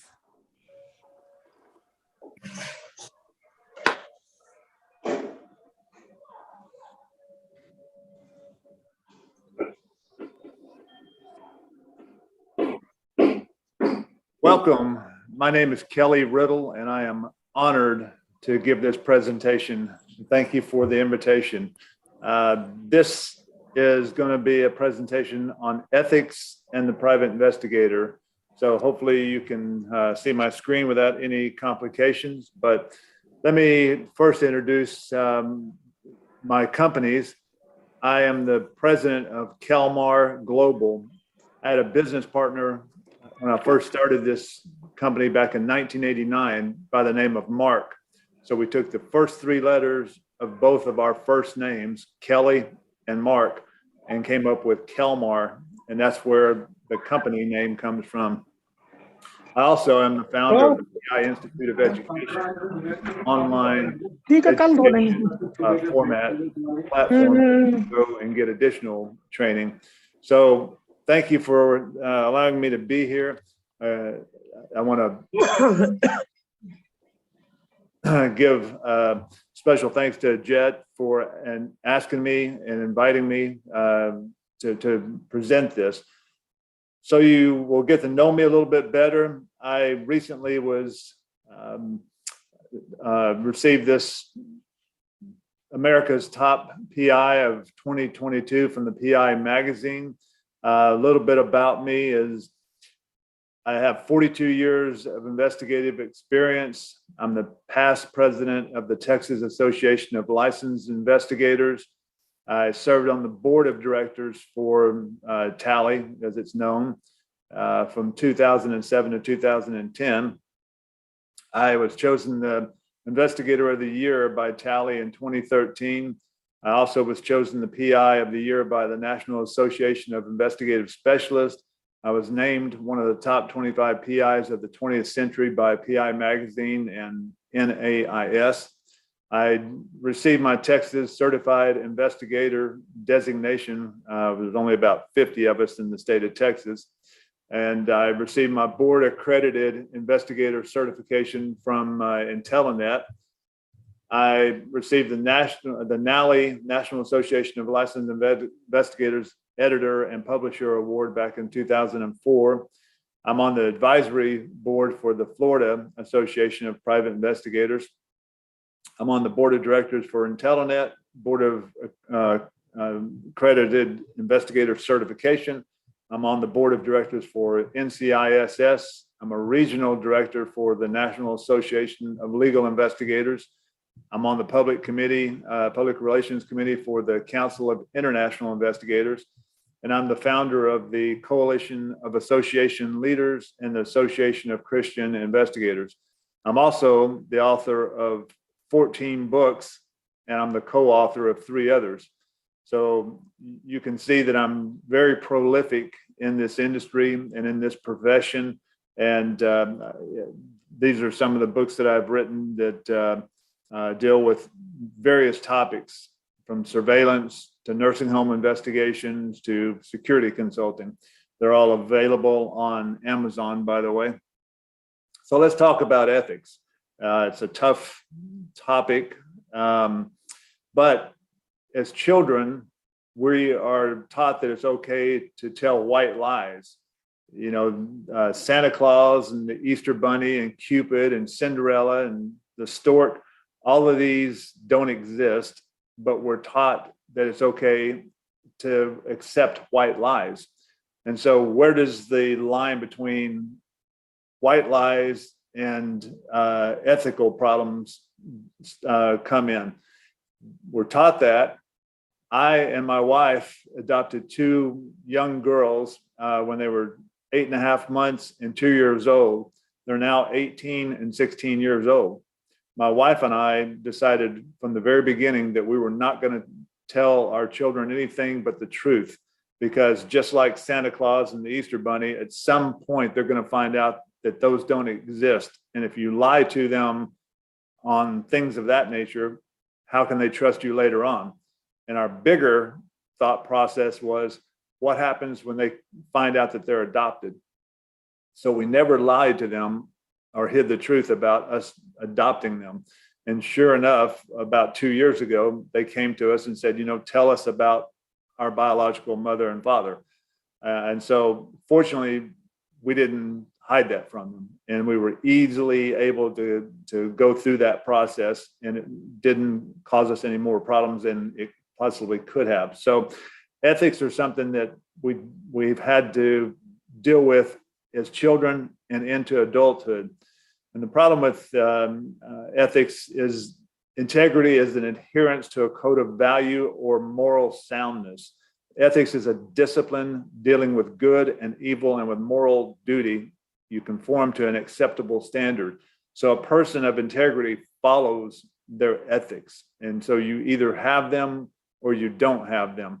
Unfortunately, a lot of times as private investigators, you know, we're put into situations where if you don't already have a core set of values, then you're compromised. And so over the years, I have seen investigators that get into trouble primarily because they don't educate their client well. And what do I mean by that? I mean is that a lot of your clients have never used a private investigator before, so they don't know what to expect. And so you need to educate your client. For us, I give my client a contract, and even after the contract, I explain to them what they should expect. Depends on what type of case it is, but we have a case management system. So I tell them that they can access the case management system, they can read some of the notes, but even so, we will generate a final report. If there's video involved, we'll give them a copy of the video. And so you explain the process, and that helps alleviate some of the complications. Where private investigators typically get into problem is because the person pushes them. They want more, they want more. They want to hack into their email. They want to hack into their telephones. You just have to educate them right up front. Tell them that those kind of things, even though you see that you can download software off of the internet, it doesn't make it right. And it is a violation of law. So part of the issue is explaining right up front what they can expect and not expect. And then don't let the client push you. So as a quick example, years ago, just at the dawning of the computer age, we had a client that came into our office, and one of my case managers interviewed the subject, and he said that his wife took him to work at 7 o'clock, dropped him off at work, and she was supposed to come pick him up at 5 o'clock. As it turns out, she didn't return and pick him up. So he caught a ride home, and when he got home, his 3-year-old son was gone, she was gone, and all of his furniture was gone. So he said, look, if my wife wants to leave me, that's okay, but I deserve to know where my 3-year-old son was. And so he asked us to try to find them. Fortunately, he didn't know the name of his sister-in-law very well. He said, I know that she's living in Austin, Texas with her sister.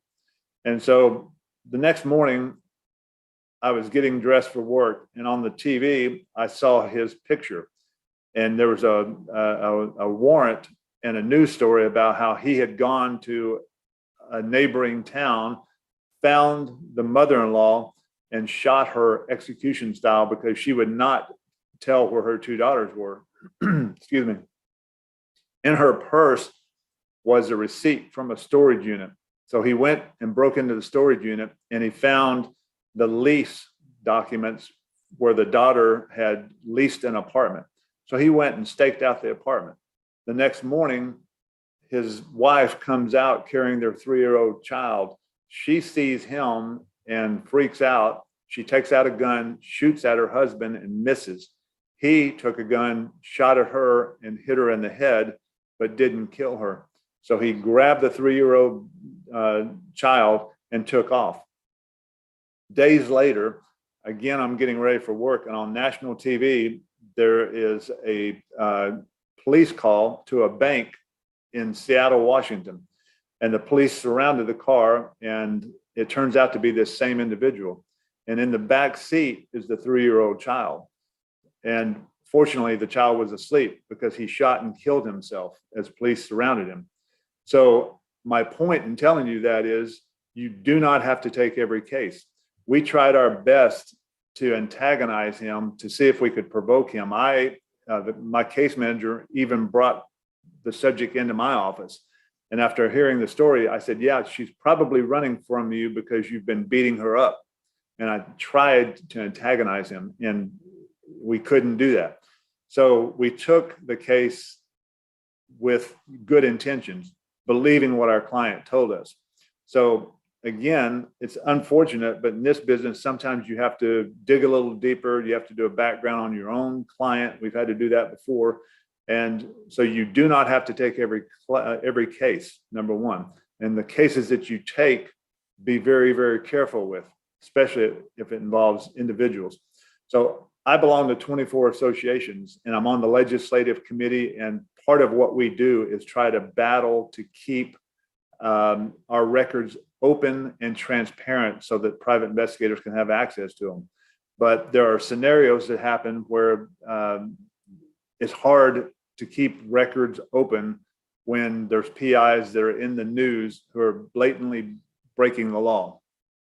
So we see this from the top down.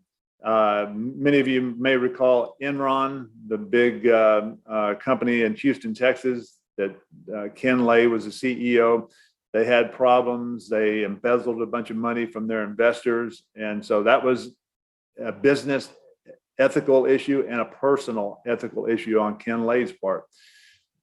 Most of you know about Boeing. You know, they had the software problems, and they were their pilots had told them that they had software problems. So not only did it create financial losses, but it has become a reputational problem for them as well. And so they're still facing issues related to ethics. If they had done the right thing from the very beginning, pulled the planes until they resolved the issue, some of these things wouldn't have happened.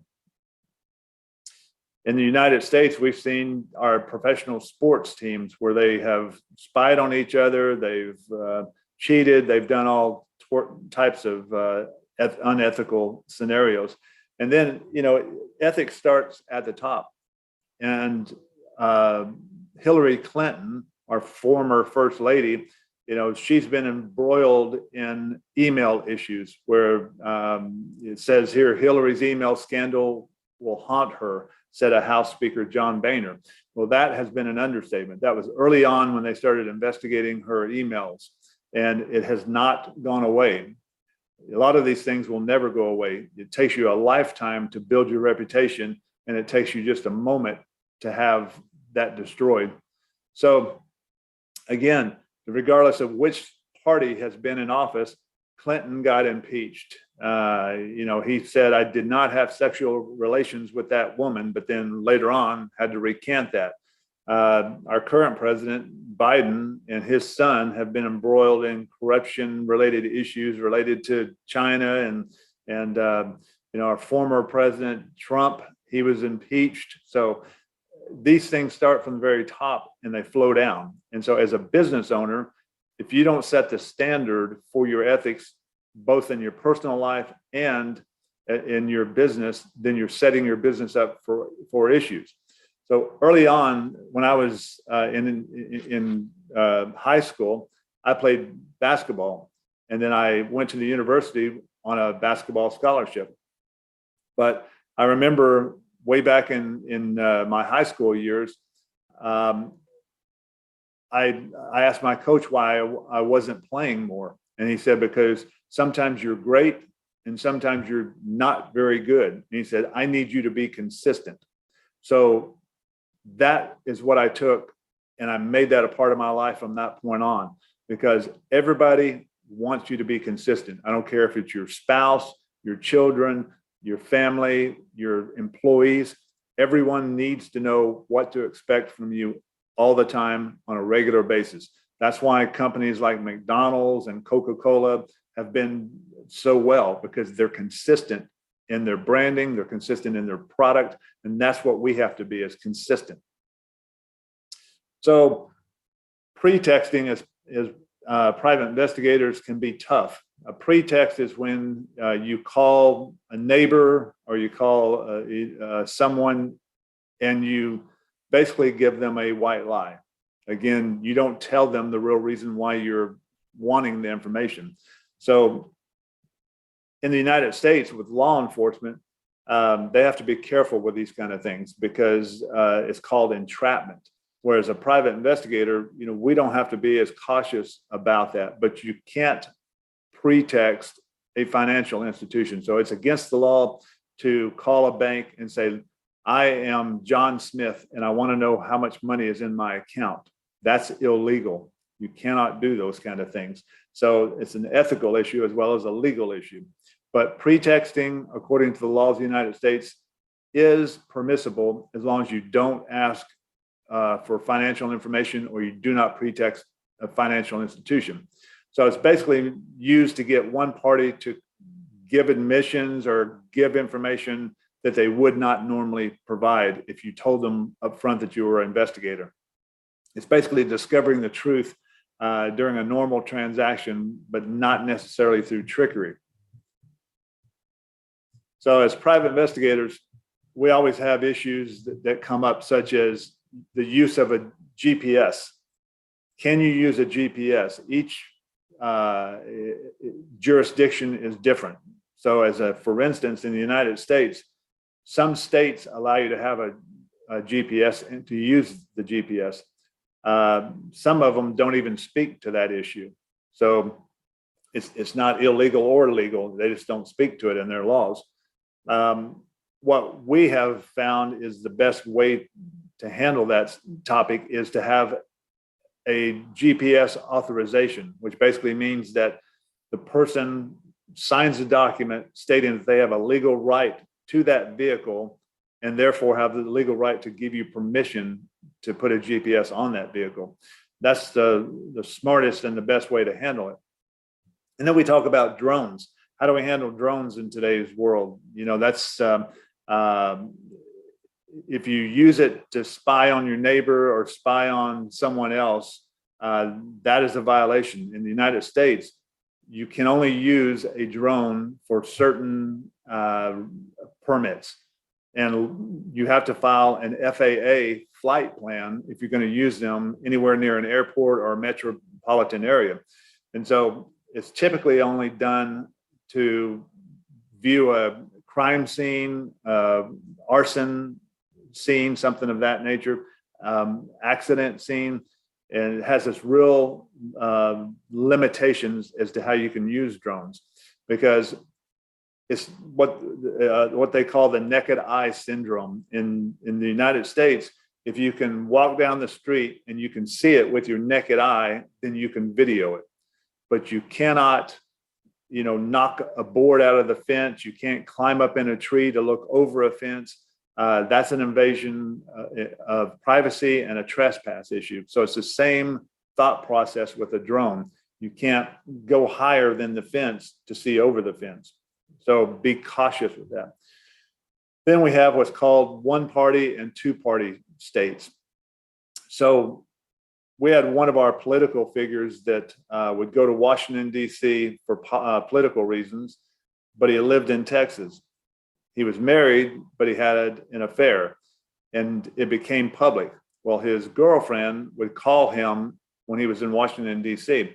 Washington, D.C. is a two-party state, which means that two parties of the conversation has to know that it's being recorded. Texas is a one-party state. And I keep using Texas, by the way, because that's where I live and that's where I'm from. I'm licensed from Florida all the way across to California. So I'm licensed in most states. But in Texas, only one party of the conversation has to know it's being recorded. So she just assumed that when she was calling him that he was in Texas, or maybe she didn't know the law. But at any rate, she violated the law because he was in Washington, D.C., which requires both parties to be aware of the conversation. And that wasn't the case. So a lot of times people trip up and get themselves in compromising situations because they don't know the law, or they know it and they don't care. Asset searches are always tough because you can find out whether or not someone has a business, if they own property, if they have a vehicle, a boat, or something of that nature. But a lot of times what clients will do is they'll call and say, I want to know how much money the person has in a bank account, or I want to know where they have bank accounts. There are legal ways to do that. If a business or an individual has a judgment against another party, then there are legal ways to do asset investigations and bank account searches. But again, in the United States, you cannot pretext a financial institution, so that you can get in violation of the law real quick doing those type of searches.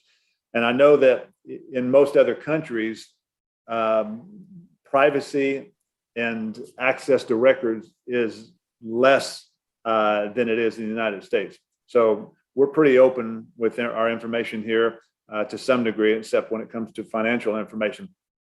But most other countries, they have a lot more restrictions on that, and a lot of it's not even available. So it comes down to invasion of privacy and trespass. And I can tell you that one time I did an interview for a newspaper, and they asked me about doing electronic bug sweeps, TSCM sweeps. And I was very, very cautious. And I said, we find bugs, but we do not plant bugs. And I said that 3 times. Well, in the newspaper, they stated that we planted bugs and we found bugs, which is totally not right. And it's illegal to plant electronic listing devices without a warrant. And only law enforcement can get a warrant. So private investigators cannot plant listing devices. In that same article, they talked about a private investigator from California who made the comment, supposedly, that he loved to do surveillance at night, because what he would do is sneak up and drill a little bitty hole in the taillight of a car. And taillights are typically red. So when the lights come on, there's a little beacon of white light in the middle of that red that he could follow from a distance. So I'm hoping that they misquoted him as well. But first thing he would have had to have done would be to trespass to get onto the property. Second thing would be to damage the property itself to drill a hole in that light. So a lot of problems with those kind of issues. we have what's called temporary restraining orders, or TROs. That's typically in a domestic case. It can be in cases involving businesses where there's a dispute, but it essentially is a temporary restraining order, such as a husband and wife separate. The wife will get a restraining order away for the husband because he supposedly is beating her up or mean to her or whatever. So that is a restraining order so that the husband cannot come within 1,000 yards or whatever the court says in the court document. So as private investigators, we are an extension of that restraining order. So if your client has a restraining order against you, you cannot do certain things that would intimidate or be in violation of that restraining order. One of the cases that we had here was Peggy Klink was stalked and finally murdered by her ex-boyfriend. And as it turns out, a private investigator was hired and used computer records to determine that she had moved to Turlock, New Mexico. And she was ultimately found through those records. The boyfriend ended up killing her. So be aware that when you release information to just anybody out there that you don't know, that could be alarming and cause physical complications. We have what's called the Rule 4.2 communication with a person represented by counsel. And it basically says that we are an extension of a lawyer, of an attorney. So if the lawyer cannot interfere with a client relationship, then we can't do that either. And so what will often happen in situations is we will be asked to go interview some people. And during that conversation, they'll sometimes say, well, my attorney said, and you've got to stop and you say, wait, you said you have an attorney? Who is your attorney? And as soon as they say that they are represented in this matter, then you have to stop communication with them in reference to that topic. So if they say, yeah, I've got a business attorney, represents my business, but he's not representing me in reference to the topic that you're questioning them on, then it doesn't matter. You can question them. But once they say that I have an attorney related to the topic at hand, then ethically you have to stop communicating with them and questioning them. And then you have to hopefully get the name of their attorney, give it to your client, the attorney, so that they can communicate. So we can be in violation of ethical issues, not even knowing it sometimes. So 59% of employees expect company managers to cut corners to meet targets. 43% of respondents say that their company has an anti-bribery and anti-corruption policy, but they could not identify who they could report that to if they had a problem with impropriety. After the United States, Germany is often seen leading the way in anti-corruption enforcement. By the end of 2010, 71 entities and individuals had been sanctioned for foreign bribery in Germany, compared with 107 in the United States, 39 in Italy, and 5 in the UK. So we all have this problem. In the US, we have a lot of problems with counterfeit product. I don't care if it's a professional sports team or a business or whatever. And that's, where they make hats and T-shirts and everything else that they sell in violation of trademarks and copyright infringement laws. And so that's part of the issue. They know that they're doing it illegally, but they don't care. So again, there's so many different ways to violate ethics and the law. So leading business problems, human resource ethics, interactions between managers, business owners, and employees create numerous opportunities for breaches of ethics. Discrimination, sexual or ethnicity, gender-related issues. It just goes without saying. That's part of our community in business community now. You have to be so careful the way that you communicate and treat other individuals. Accounting ethics, it's okay, to fudge a little bit. It's like, I went out and did 3 hours of surveillance, but you know what? I'm going to bump that to 4 or 4.5. No one will really know. So those little things right there, once you start bumping it or cheating a little bit, then it's easier to be dishonest the next time. So if you have a policy of ethics and you stick to them, then you cannot be questioned going forward. Theft and fraud, business owners or employees can commit breaches of ethics on an individual basis rather than on behalf of a company. The early 21st century had a string of long-running Ponzi scams. I'm sure y'all have the same issue. We have what's called the Nigerian scams, and there's been offshoots of that. And now the big thing is, they'll call up and say, if you don't pay this fine within close of business today, we're going to come and arrest you. And they'll make you or want you to pay it using cards, like Visa cards or gift cards. And it's because it's not traceable, or it's harder to trace. And so those kind of things right there, they go after the gullible. And so we're doing a lot of investigations related to that topic now, trying to help people once they've been violated. So ethical guidelines, justice, it comes simply down to treating other people the way that you want to be treated in all times and in all transactions, business and personal. Mutual respect, it's the golden rule, do unto others as you would have them do unto you.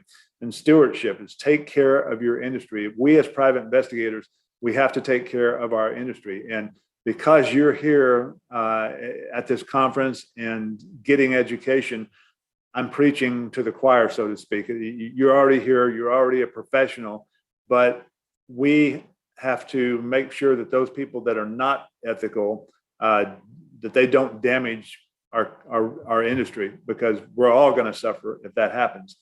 And then honesty in thoughts, words, and actions between people. So, it's just simple being courteous to one another and not taking advantage. Life is tough enough without having to worry about people scamming you. So we as private investigators, we are a tool of justice. We bring justice to those who cannot get it any other way. So if they cannot rely upon us to bring justice, then where are we headed? We have to educate our clients, we have to be fair with them, and we have to respect them. So as I mentioned earlier, I'm the founder of the Coalition of Association Leaders. I started that because I've been in leadership in organizations for so long. And when I stepped down from being the president of the Texas Association of Licensed Investigators, I realized that there's a gap, because in most associations, the leadership changes every 2 years. And the history behind why you do things certain ways often leaves with them. So I started this so that all leaders could come together and we could help benefit our association going forward. I founded the Association of Christian Investigators. We have about 2,000 members in 23 countries, mainly because in 1997, I'd been a speaker at a conference, and afterwards, the head of that organization asked me, he said, what do you think is one of the biggest problems with our industry? And I said, ethics. And I said, it's not necessarily ethics in itself, it's the perception of our ethics. And I said, a lot of times the TV shows and movies depicts us as being, former law enforcement officers that got kicked off of the police department, and they were alcoholics, whatever the case may be. I said, we need to make sure that we show ethics in everything that we do. And so he kind of encouraged me to start the association, and I did. So that was one of the main reasons behind that, where people of like faith can share without being concerned, and we help promote one another and help promote the industry. So I want to thank y'all for being professionals. These are some of the websites that I have. PI Institute of Training, I mentioned that before. It's piinstitute.com. If you want additional training, excuse me. I appreciate the opportunity to have been here. Hopefully we'll be able to see one another in person again in the near future. I travel all over to associations and the different meetings. So hopefully we'll see one another in person. In the meantime, I hope that you and your families are safe and enjoy a prosperous and safe new year. I'm hoping 2022 is going to be good for all of us. So thank you all. Thank you again for giving me the opportunity to be here and present this. Hope you found it enjoyable. Thank you so much. Thank you for your good wishes. And that was a very, very exhaustive presentation on the respective subject that you presented. Thank you, Mr. Kelly, for connecting with us today. Ladies and gentlemen, we would now be hearing on training to sharpen investigating skills, and this will be presented to us by Shri C. Pal Singh, former Inspector General of Police and Honorary Director General. Ladies and gentlemen, please put your hands together as we welcome Shri C. Pal Singh, please.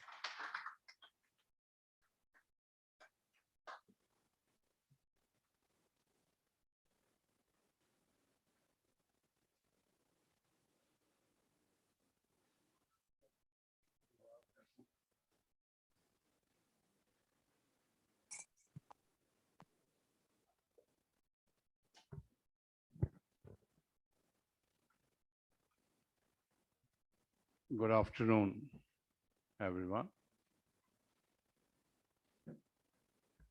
The chief guest, Shri Karnail Singh Ji, the chairman, Kamal Vikram Singh, all other distinguished guests, ladies and gentlemen.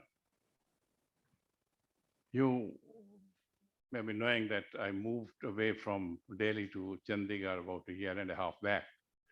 The last summit, CAPSI summit, and probably first for me, that I have not attended. I have been attending all the other summits. It's only the 16th summit I could not. So I was itching to be here. And lo and behold, day before yesterday, Kamal Vikram Singh Ji gave me a call. And he said, you must come. And despite some personal discomforts, and also the time was very short, he gave a ring, and next day evening I had to book the flight. So what I like to refer in personal touch, that he is so affectionate and so emphatic at the same time that you cannot say no. He says, I know you have a dental problem, you didn't attend the summit, लेकिन मैंने आपको यहाँ पे गन्ने चूसने के लिए नहीं बुलाना. तो दांतों की बात नहीं है, आपको आना ही पड़ेगा. I said, certainly, if you say like that, I'll come. With these words, the subject to the heart of the chairman is always training. For the last about 16 years, ever since I've been associated with CAPSI and APDI, every time we have been meeting in a core group, he has been talking of training, either training of the security personnel or training of the detectives. And this presentation, which I am going to give, I jotted out day before yesterday hurriedly and then sent it to Rinku, that you can give some slides like that. My submission is that these are only thought processes of Kamal Vikram Singh Ji, mingled with my thought process and some other people of the core group. And this is all combined and made into the slides, what we have been thinking all along. The sharpening, that is, that first of all, question is training is as important as anyone can say. And particularly, I like to tell you that inadvertently and advertently, the chairman today said, Association of Professional Security, Association of Professional Security and Detectives and Investigators. Association of private, not private, Association of Professional, he used the word. So it was advertently or inadvertently, but he used the word professional. So professionalism can come only through good training. And unless you are trained well, you can't have. And I have told you this is all conglomeration or amalgam of various qualities, which we have laid down either in the National Occupational Standard of Investigators, or at times we discussed with other and we gave some replies to the cabinet committee and the committee which was constituted the government for Padara. The investigator is the man on the ground. And basic knowledge of legal provisions of the private investigator is a must. Curiosity to go to micro level detail also should be there in him. And ability and eagle eye to conduct inquiries and investigation at the spot. Then ability to verify the facts for achieving the purpose.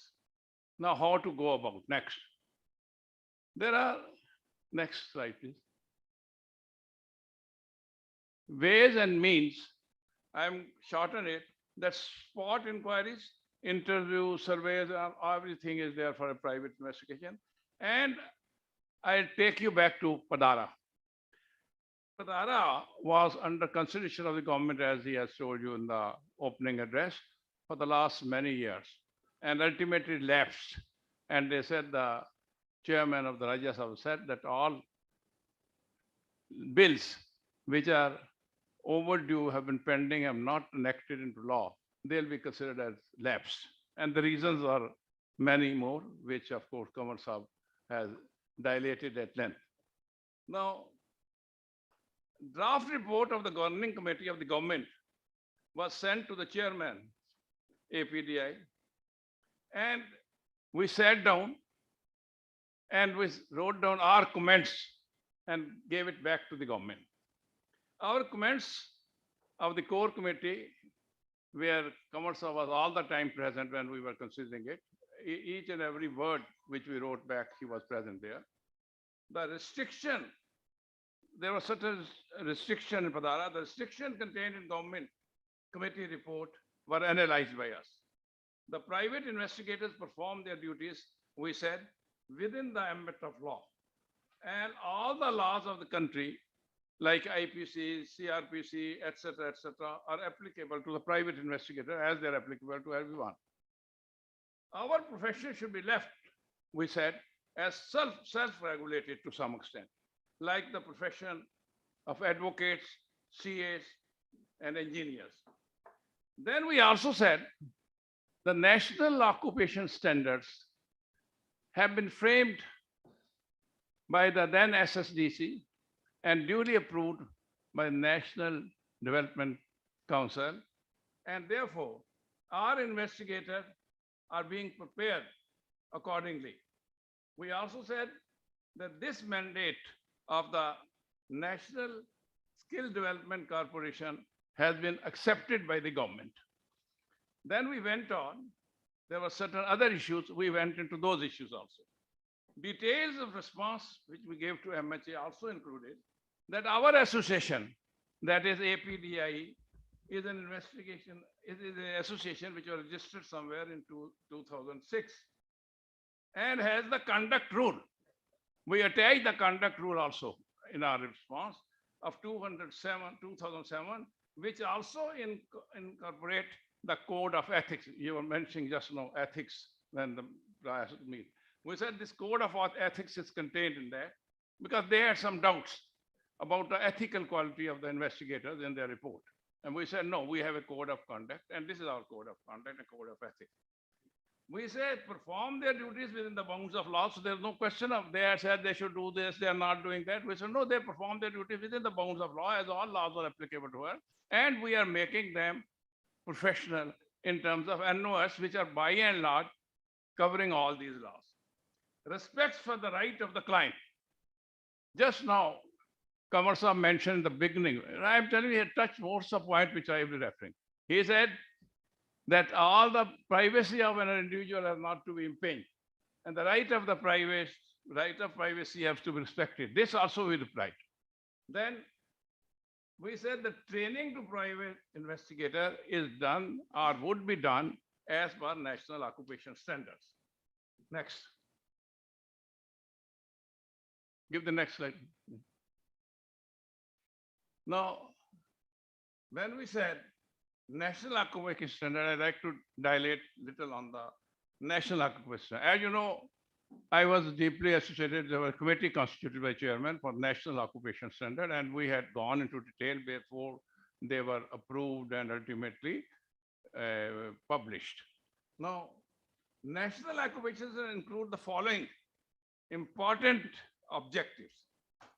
Observance of various conduct rules. Very important because they were doubting in that report about the conduct and ethics of the private investigators. We said we are written in the NOS itself, the observance of various conducts and rules and codes of ethics will be observed. We also said that requirement of managing operation, risk management, identifying threats, and assessing the gravity of the situation have also been included in our NOS. We also said that we understand when we send an investigator, the plan of his operation, his investigation skill, prepare him for this task before we assign him. We also said how to carry out the search from open sources, research, open social media. We have mentioned that social media also is consulted, and first before they go, they conduct research from the open media. That is open sources.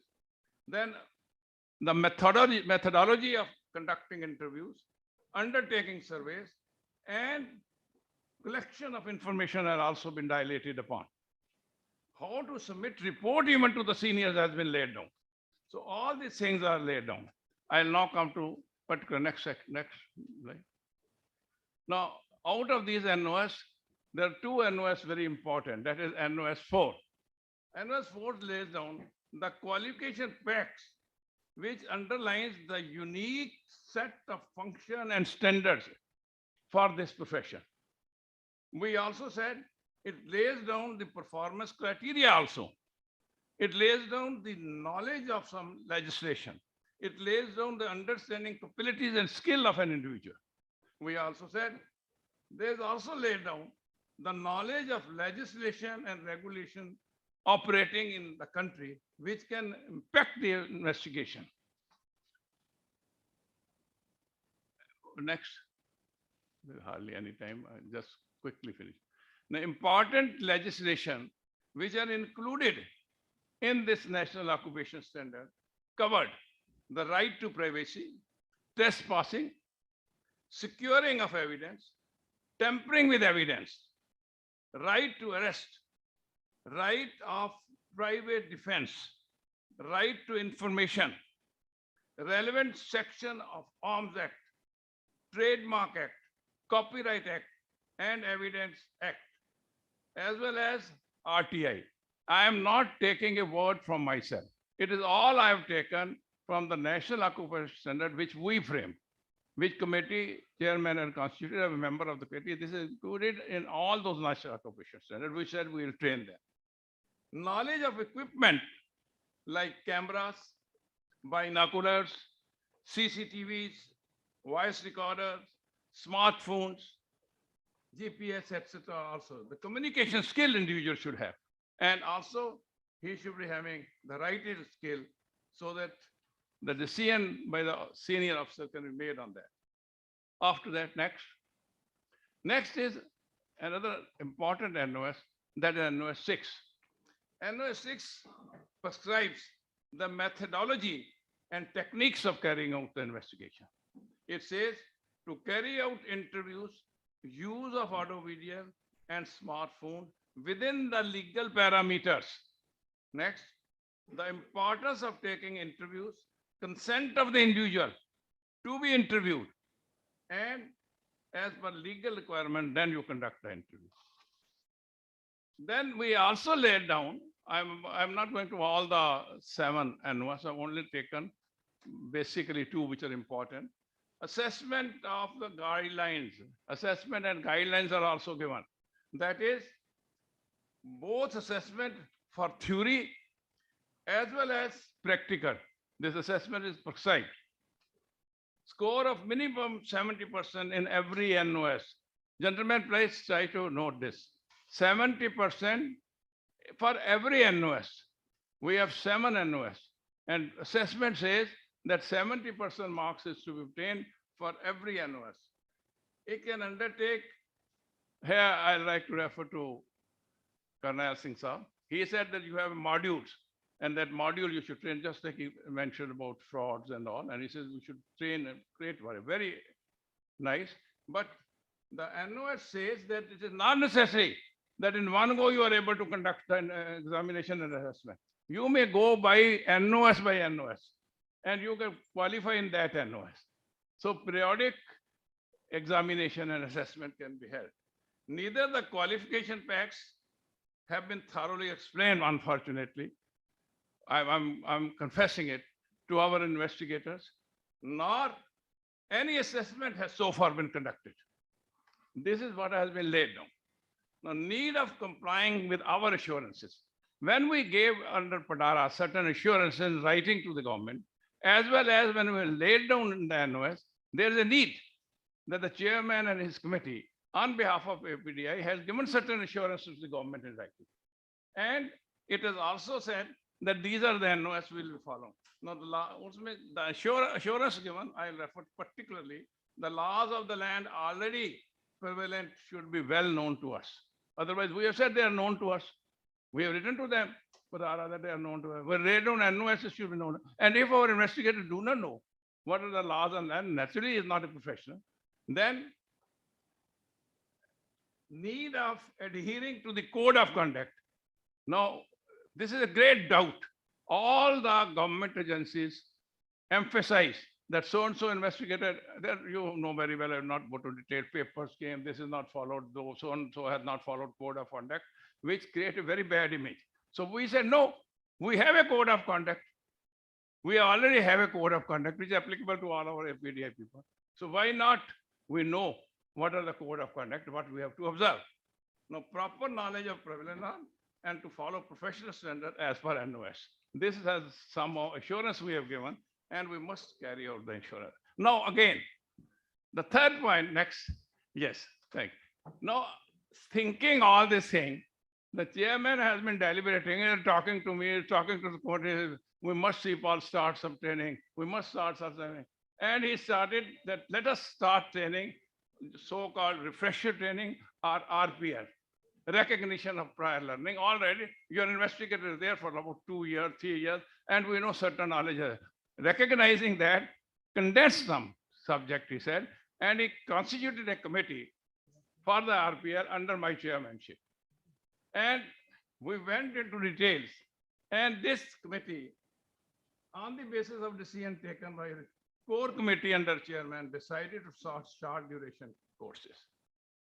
Syllabus committee, which was constituted, the committee recommended the knowledge of important topics as per NOS. I'm telling you basically, we have taken out this subject from NOS. Then knowledge of more certain subjects, in addition to the subjects which are already included, in addition to the certain legal requirement where proper words are indicated in the NOS. We said certain more important things are also there, which have somehow not been included in the NOS training. That is, we said, what is the circumstantial evidence, the modus operandi, and appreciation of evidence question, and the criteria of probability, law of probability. All these things before you frame an investigative report, you should know these things, and we are indicated in our RPL training. Then duration of training also we have indicated for RPL. Next.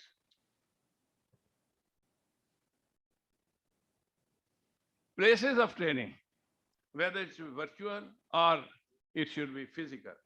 Qualification marks also, for the RPL I'm talking. Then assessment and method of certification. Then the reading material. I have laid down at depth what reading material they should care. I have also said in that a compendium should be prepared so that this handy compendium can be immediately referred by the investigator. Knowledge of some specific section of provisions as per chapter 23 of the book of private investigator. This was written by Mr. V.M. Pender, and I glanced through it. I've written the foreword of this book. So I said that chapter 23 is very important as far as private investigators are concerned. And this particular, you'll be surprised to know, this book also has find reference in the recommendation or in the syllabus we gave to and Noida International University and other university where we intend to conduct courses. This particular book we recommended there also. Some provision of Dowry Prohibition Act and Indian Evidence Act. So these were the recommendations of the subcommittee, which was constituted a technical committee for RPL. Now, what is the way forward? Way forward is the efforts to start RPL or so-called refresher training remained in abeyance, either due to onset of COVID or due to some lukewarm attitude of some of my colleagues in the syllabus committee or the training committee or the RPL committee, or lacking of enthusiasm on the part of our friends, investigators. There is a view now to start training of investigation under the RRU. Now this is the idea I'm trying to tell, how the core group of APDI thinks about the APDI, how it is thought in his office. In case you are not able to do RPL, all right, we have given RPL, we'll give you RPL. But there is now RRU have come, that is a full-fledged institution. They'll give you certification. So we should have some training course for the investigator for RAL. We can consider, I feel, imparting full training containing all the qualification laid down in the qualification facts, etc. of NOS plus some other subject as far as RR is concerned, Riksha University. As far as other is concerned, RPL we have laid down. Now these are way forward, and I think the training is a must. And I feel that be proactive on your career path, gentlemen. We are being always reactive. We give some idea, some people follow, some people don't follow. Please be proactive in your career path. Hone up your talents by training. You must hone up your talents by training. Grow professionally and also personally by this training. By training, you refine your skills, and not only refine your skill, broaden your horizon, but your sharpened skill also boost up your production. Production in the sense, it also boost up your own company. If you are professional certified, if you are sharp enough, you are boosting up the production, you are boosting up the investment of the company.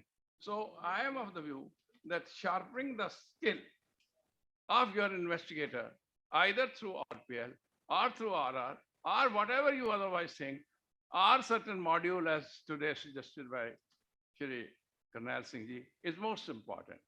I beseech you all that kindly look into it in your own interest and sharpen the skills of your investigators. Thank you very much.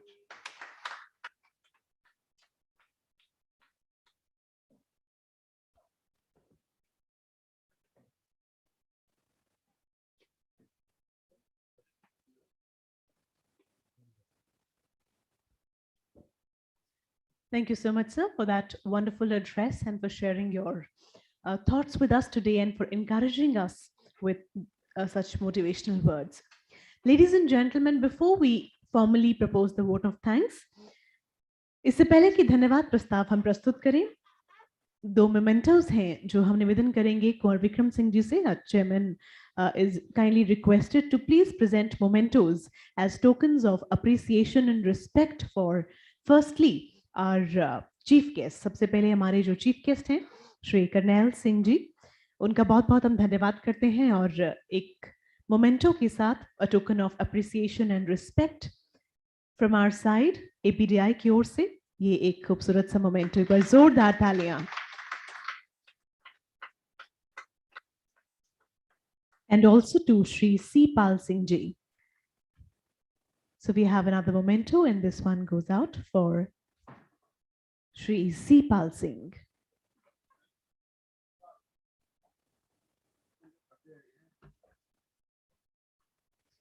A token of respect and appreciation.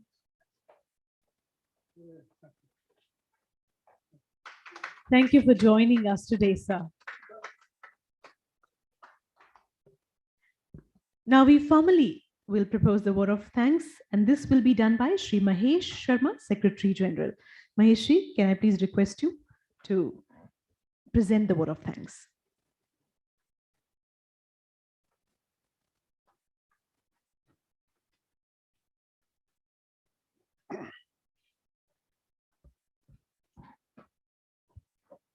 Hello.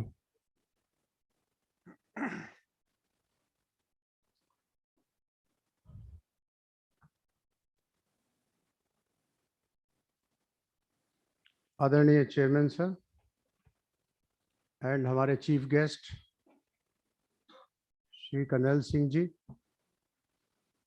मैं आपका बहुत बहुत आभारी हूँ और धन्यवाद देता हूँ, क्योंकि मुझे डीसीपी एल.एन. राव साहब ने बताया था कि आज का दिन आपका थोड़ा व्यस्त था और पहले असमर्थता प्रकट की थी, लेकिन बाद में आपने हाँ की। इसके लिए मैं आपका बहुत बहुत धन्यवाद देता हूँ। आपने जिस प्रकार के अपने विचार व्यक्त किए और सबको एक नई टेक्नोलॉजी के बारे में बताया, नए इन्वेस्टमेंट के बारे में बताया, it's very learning for us. मैं अपने सभी अवार्डीज, लाइफ अचीवमेंट अवार्ड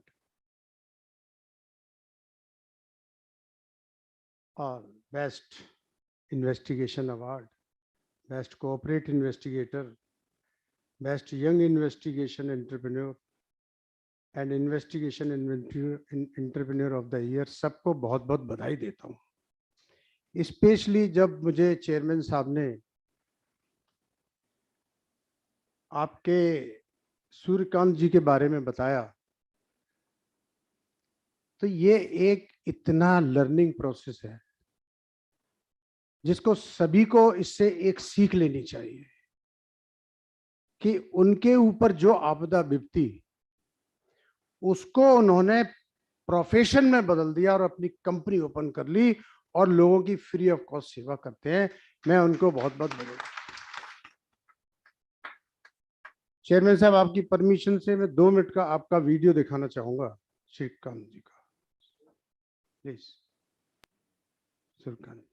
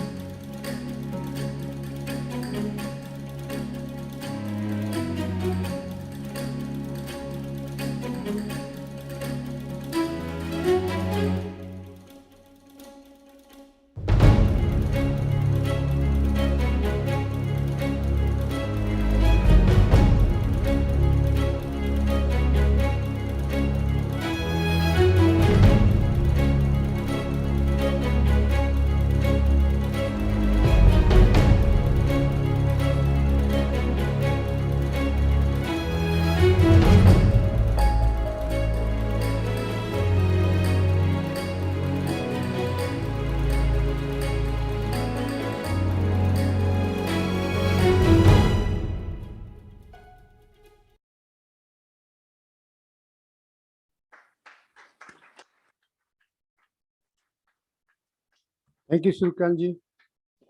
ये स्पाई संकेत नहीं है, ये हम सबके लिए संकेत है कि हम आपसे प्रेरणा लें। Thank you very much. Covid के दौरान जितना काम हमारे चेयरमैन साहब ने, क्योंकि मेरी उनसे रोज ही बात होती थी, जो पर्दे के पीछे काम होते हैं शायद आप सोच नहीं सकते। चेयरमैन साहब हर वक्त एक चीज सोचते हैं, चाहे वो कैप्सी हो या एपीडीआई, कि मैं इस प्रोफेशन को, मैं इस एसोसिएशन को कहां ले जाऊं।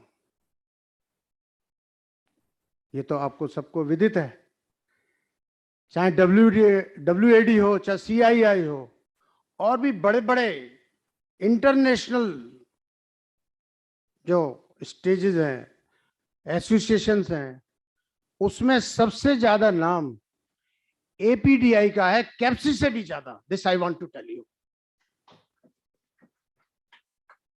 उसी का नतीजा है कि आपके इस फोरम पे वैड के चेयरमैन, वैड के प्रेसिडेंट सभी लोग अपना भाषण अपने को एड्रेस करते हैं, आपको करते हैं और अपना गर्व महसूस करते हैं।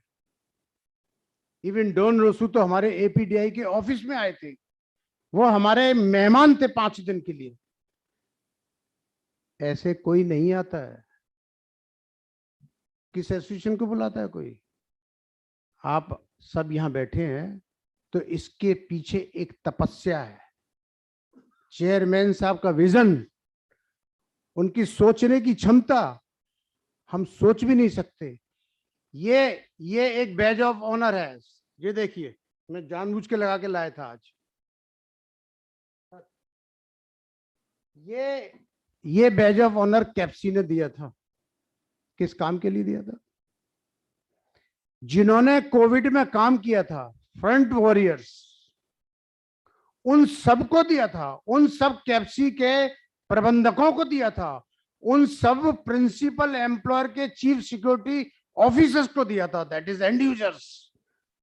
इसका परिणाम इतना हुआ कि प्रिंसिपल जो हमारे ओनर्स हैं, एंड यूजर्स हैं, उनको समझ में आया कि सिक्योरिटी में कोई संस्था है।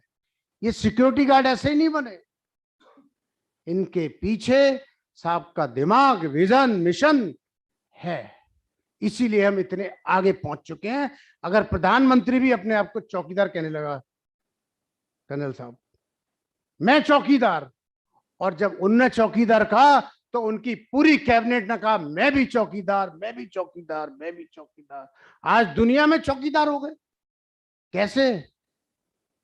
ये सोच है।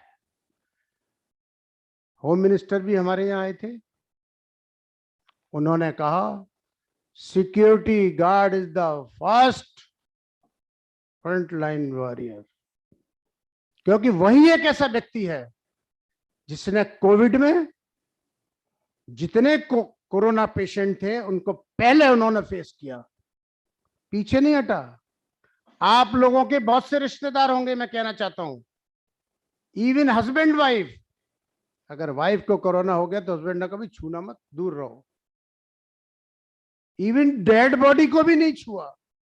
हमारे वर्कर बीच में जाके, उन कंपार्टमेंट में जाके उनको दवाई नहीं दी, बल्कि उनको पूरा पूरा बताया गया कि तुमको क्या क्या करना चाहिए।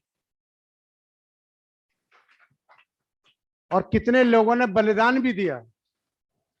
मैं एक चीज और बताना चाहता हूं, एपीडीआई के हमारे बहुत सदस्यों ने कोविड में भी बहुत काम किया। जो फेक प्रोडक्ट की बात चेयरमैन साहब ने करी थी, ये बिल्कुल प्राइम मिनिस्टर के संज्ञान में डाली गई। उन्होंने इस पे एक्शन भी लिया। अब वो काम कुछ बड़े लोगों पे भी गया, ऐसा नहीं है, कुछ बड़े लोगों पे भी गया, सर पुलिस अधिकारियों पे भी गया जो रिटायर्ड हैं, मेरी नॉलेज में, क्योंकि वो मेरे भी मित्र हैं। तो कम से कम काम तो हो रहा है, ऐसा नहीं है। तो मेरा यही है कि जितने हमारे इन्वेस्टिगेटर्स हैं अपने आप को इंटरनेशनल माइंड में बिठा लें, और जब भी इंटरनेशनल कॉन्फ्रेंसेस हो उसको अटेंड करें। जब यहां पर इतना सीखने का ज्ञान तुम्हें मिल सकता है तो वहां तो ज्ञान का भंडार है, समुद्र है। हालांकि बहुत मैं एक बात बताना चाहता हूं, चेयरमैन साहब जब प्रेसिडेंट थे वेड के, world association of detectives, he was sitting on the dice, और वहां पर 2 इंडियन और बैठे हुए थे, शायद आरपी चौहान साहब बैठे थे और एक सज्जन और थे, अजीत सिंह। तो चेयरमैन साहब ने कहा मैं इस डाइस पर पूरे इंडियन देखना चाहता हूं और उससे वो फिरंगी घबरा गए उन्होंने रूल चेंज कर दिया कि 4 से ज्यादा डायरेक्टर नहीं बनेंगे एक कंट्री के। कहीं ऐसा ना हो कि सारे डायरेक्टर भी इनके, पदाधिकारी भी इनके, और हम पे कब्जा ना कर लें। लेकिन कम से कम आप जा तो सकते हैं। सबसे मैं डॉक्टर त्यागी यहाँ बैठे हुए हैं, गुजरात के लोग हैं। गुजरात के लोगों ने सबने वीजा लगवाया, क्योंकि वीजा लग जाता है बहुत जल्दी। तो गुजरात सबसे अग्रणी है इसमें, और अकेले नहीं जाते, अपनी वाइफ्स को भी साथ में ले जाते हैं, पूरा घुमाते हैं, चाहे वो अमेरिका हो, लंदन हो, ऑस्ट्रेलिया हो, कहीं भी कॉन्फ्रेंस होती है, पूरा गुजरात का एक कंपार्टमेंट फुल चलता है। तो ऐसे ही मैं अपने सभी साथियों को कहना चाहूंगा कि ज्यादा से ज्यादा संख्या में जुड़ें और देश का मान सम्मान गौरव बढ़ाएं। ये हमारे रियली गौरव की बात है कि इंडिया का अगर कोई दल जाता है तो वो सामने देखता है कि ये इंडिया से आए हुए। वैसे तो हम दूर से ही लग जाते हैं कि हम इंडियन है, बातों से ही लग जाते हैं, लेकिन फिर भी इंडिया का मान सम्मान बढ़ा है देश के अंदर, हमने खुद देखा है। इसके साथ हेलो, मैं एक जो बहुत इंपॉर्टेंट बात है, किसी भी एसोसिएशन के लिए गांधी जी को हम याद करते हैं। पैसा बहुत इंपॉर्टेंट है, बिना गांधी जी के नोट के कुछ नहीं चलता है और चलेगा भी नहीं। पैसा देने के लिए लोग अपने नोट निकालते हैं, देना है भिखारी को 50 निकल आता है, 500 को फिर अंदर रख लेता है, ये तो बहुत ज्यादा है। 10 का नोट निकालने में उसे देखना पड़ता है मैं कौन सा नोट दूं। तो मैं उन स्पॉन्सर्स को जिन्होंने इस इवेंट को स्पॉन्सर किया सर, प्लेटिनियम, गोल्ड, सिल्वर, मैं उनको बहुत बहुत धन्यवाद देता हूं। आपके कारण एसोसिएशन चलती है, इसमें कंजूसी न करें, क्योंकि शादी ब्याह में आप कंजूसी नहीं करते। 1000 डिश लगा देते हैं खाने की, क्योंकि आपको दिखाना है कि मैं इतना बड़ा आदमी को देखो कितना खाने का सामान है, कितनी सजावट है। भिन्न भिन्न प्रकार के पेयजल भी होते हैं वहां पे। तो उसमें अभी लंच में 5 मिनट है ना सर, इसलिए मुझे टाइम लेना ही है। मैं बाहर जाके कंफर्म करके फिर ही आता हूँ, तो वो फिर वहां जाके खड़े होना ठीक नहीं है।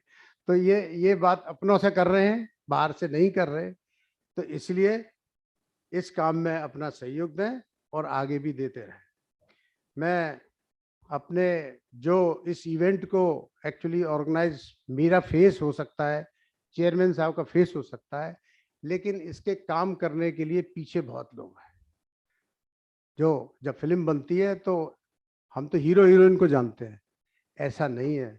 उसके पीछे जितने कलाकार हैं, जितने फोटोग्राफर्स हैं, काम करने वाले हैं, उन सबका भी, जहाँ हमारी जो रिंकू मैडम बैठी हैं, Rinku Lama, she worked very hard always in CAPSI and APDI, बहुत मेहनत करती हैं, मैं उनका धन्यवाद देता हूं। हमारे ऑफिस के यहाँ शौमी शर्मा, नरेंद्र कुमार, मनोज, प्लीज उनके लिए जरा वेलकम करें। प्रेम, केवल, हमारे अजीत जी, हमारे प्रेसिडेंट महोदय दिल्ली के, ये सब ने बड़ी मेहनत की है। इन्होंने बड़ी अपने वेबिनार भी किए हैं, हर साल किए हैं, और रिजल्ट भी आया ही है। मैं ये नहीं कहूँगा रिजल्ट नहीं आया, बिल्कुल रिजल्ट आया है। थैंक्स टू जो हमारे ऑनलाइन बैठे हुए हैं, हमारे मेंबर्स, हमारे बड़े बड़े सीनियर्स, उनका भी बहुत बहुत धन्यवाद कि वो कंटिन्यूस हमको वॉच कर रहे हैं, हमको देख रहे हैं और सुन रहे हैं। स्पेशली जो हमारे RRU से नरेंद्र जी आए हुए हैं, मैं उनका धन्यवाद देता हूं। स्पेशली आपके वाइस चांसलर जी का, पटेल साहब का, जिन्होंने आपको यहाँ पर RRU के बिहाफ पर भेजा। Thank you very much sir. आप सबको बहुत बहुत धन्यवाद, जितने भी व्यक्ति इसको, जितने भी मेंबर्स, ऑनरेबल डिग्निटरीज बैठे हुए हैं और देख रहे हैं। इसके अलावा sir, thanks to our Netflix और अदर मीडिया जिन्होंने इसको पूरा कवर किया। मेरी उनसे रिक्वेस्ट है, जब आप इसको प्रोग्राम को दिखाएं, अगर आप चेयरमैन साहब को शेयर कर सकते हैं किस किस दिन क्या आ रहा है, तो हम इसको ऑल इंडिया बेसिस पर अपना व्हाट्सएप मैसेज दे सकते हैं कि इसको आप देखें, तो आपकी TRP भी बढ़ सकती है। ऐसी बात नहीं है, इसमें आप इसको कर सकते हैं। हमारी संख्या बहुत ज़्यादा है, कैप्सी में भी 90 लाख लोग हैं, तो 90 लाख टीआरपी से आप समझ सकते हो आप कहां से कहां नंबर 1 पहुंच सकते हैं. So and thanks to Mr. WAC Chairman Dan Rasuji, President Mr. Alexi, and APDI के श्री सुभाष बधावन जी को भी मेरा बहुत बहुत धन्यवाद. एंड डीसीपी एलन राव किसी वजह से इसको ज्वाइन नहीं कर पाए, उनका मैसेज मेरे पास आया था, उनका भी बहुत बहुत धन्यवाद. और स्पेशली कि हमारे चीफ गेस्ट को यहाँ तक लेकर आए, स्पेशली उनके लिए भी बहुत बहुत धन्यवाद. And last but not the least our anchor Juhi Malhotra, खड़े हो जाओ भाई, जूही मल्होत्रा, जो पिछले 8-10 साल से कैप्सी और एपीडीआई का फंक्शन कर रहे हैं और लगातार कर रहे हैं, कोई चेंज नहीं है, ऐसा ही करते रहिए. Thank you very much for you also. Thank you so much.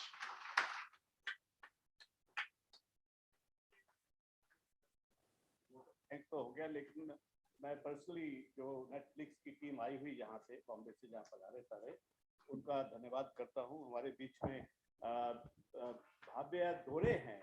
Where is that young lady? Bhavya. No, just stand. People should know. He is a journalist who is writing of history. We have Mr. Ashok, who is the director of.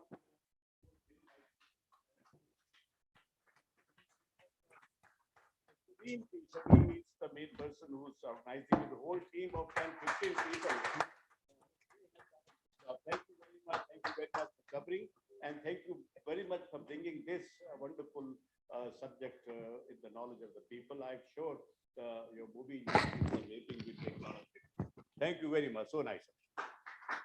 Thank you. Ladies and gentlemen, with this, we come to the close of Annual National Conference 2021 of APDI. Thanks to all the dignitaries, our chief guest, all dignitaries seated on the dais, and all friends and the audience members. We congratulate all the winners, all the awardees for presenting exemplary work, and we hope and pray that the others also take motivation from this, and we all continue to rise together.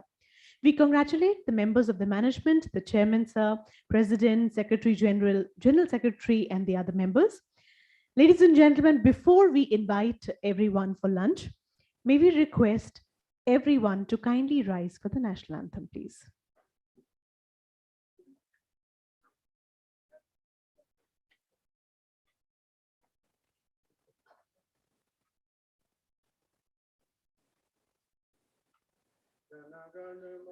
अधिनायक जय हे भारत भाग्य विधाता पंजाब सिंध गुजरात मराठा द्राविड़ उत्कल गंगा हिमाचल यमुना गंगा उज्जवल जलधि तरंगा तव शुभ नामे जागे तब शुभ आशीष मांगे गाहे तव जय गाथा जन गण मंगल दायक जय हे भारत भाग्य विधाता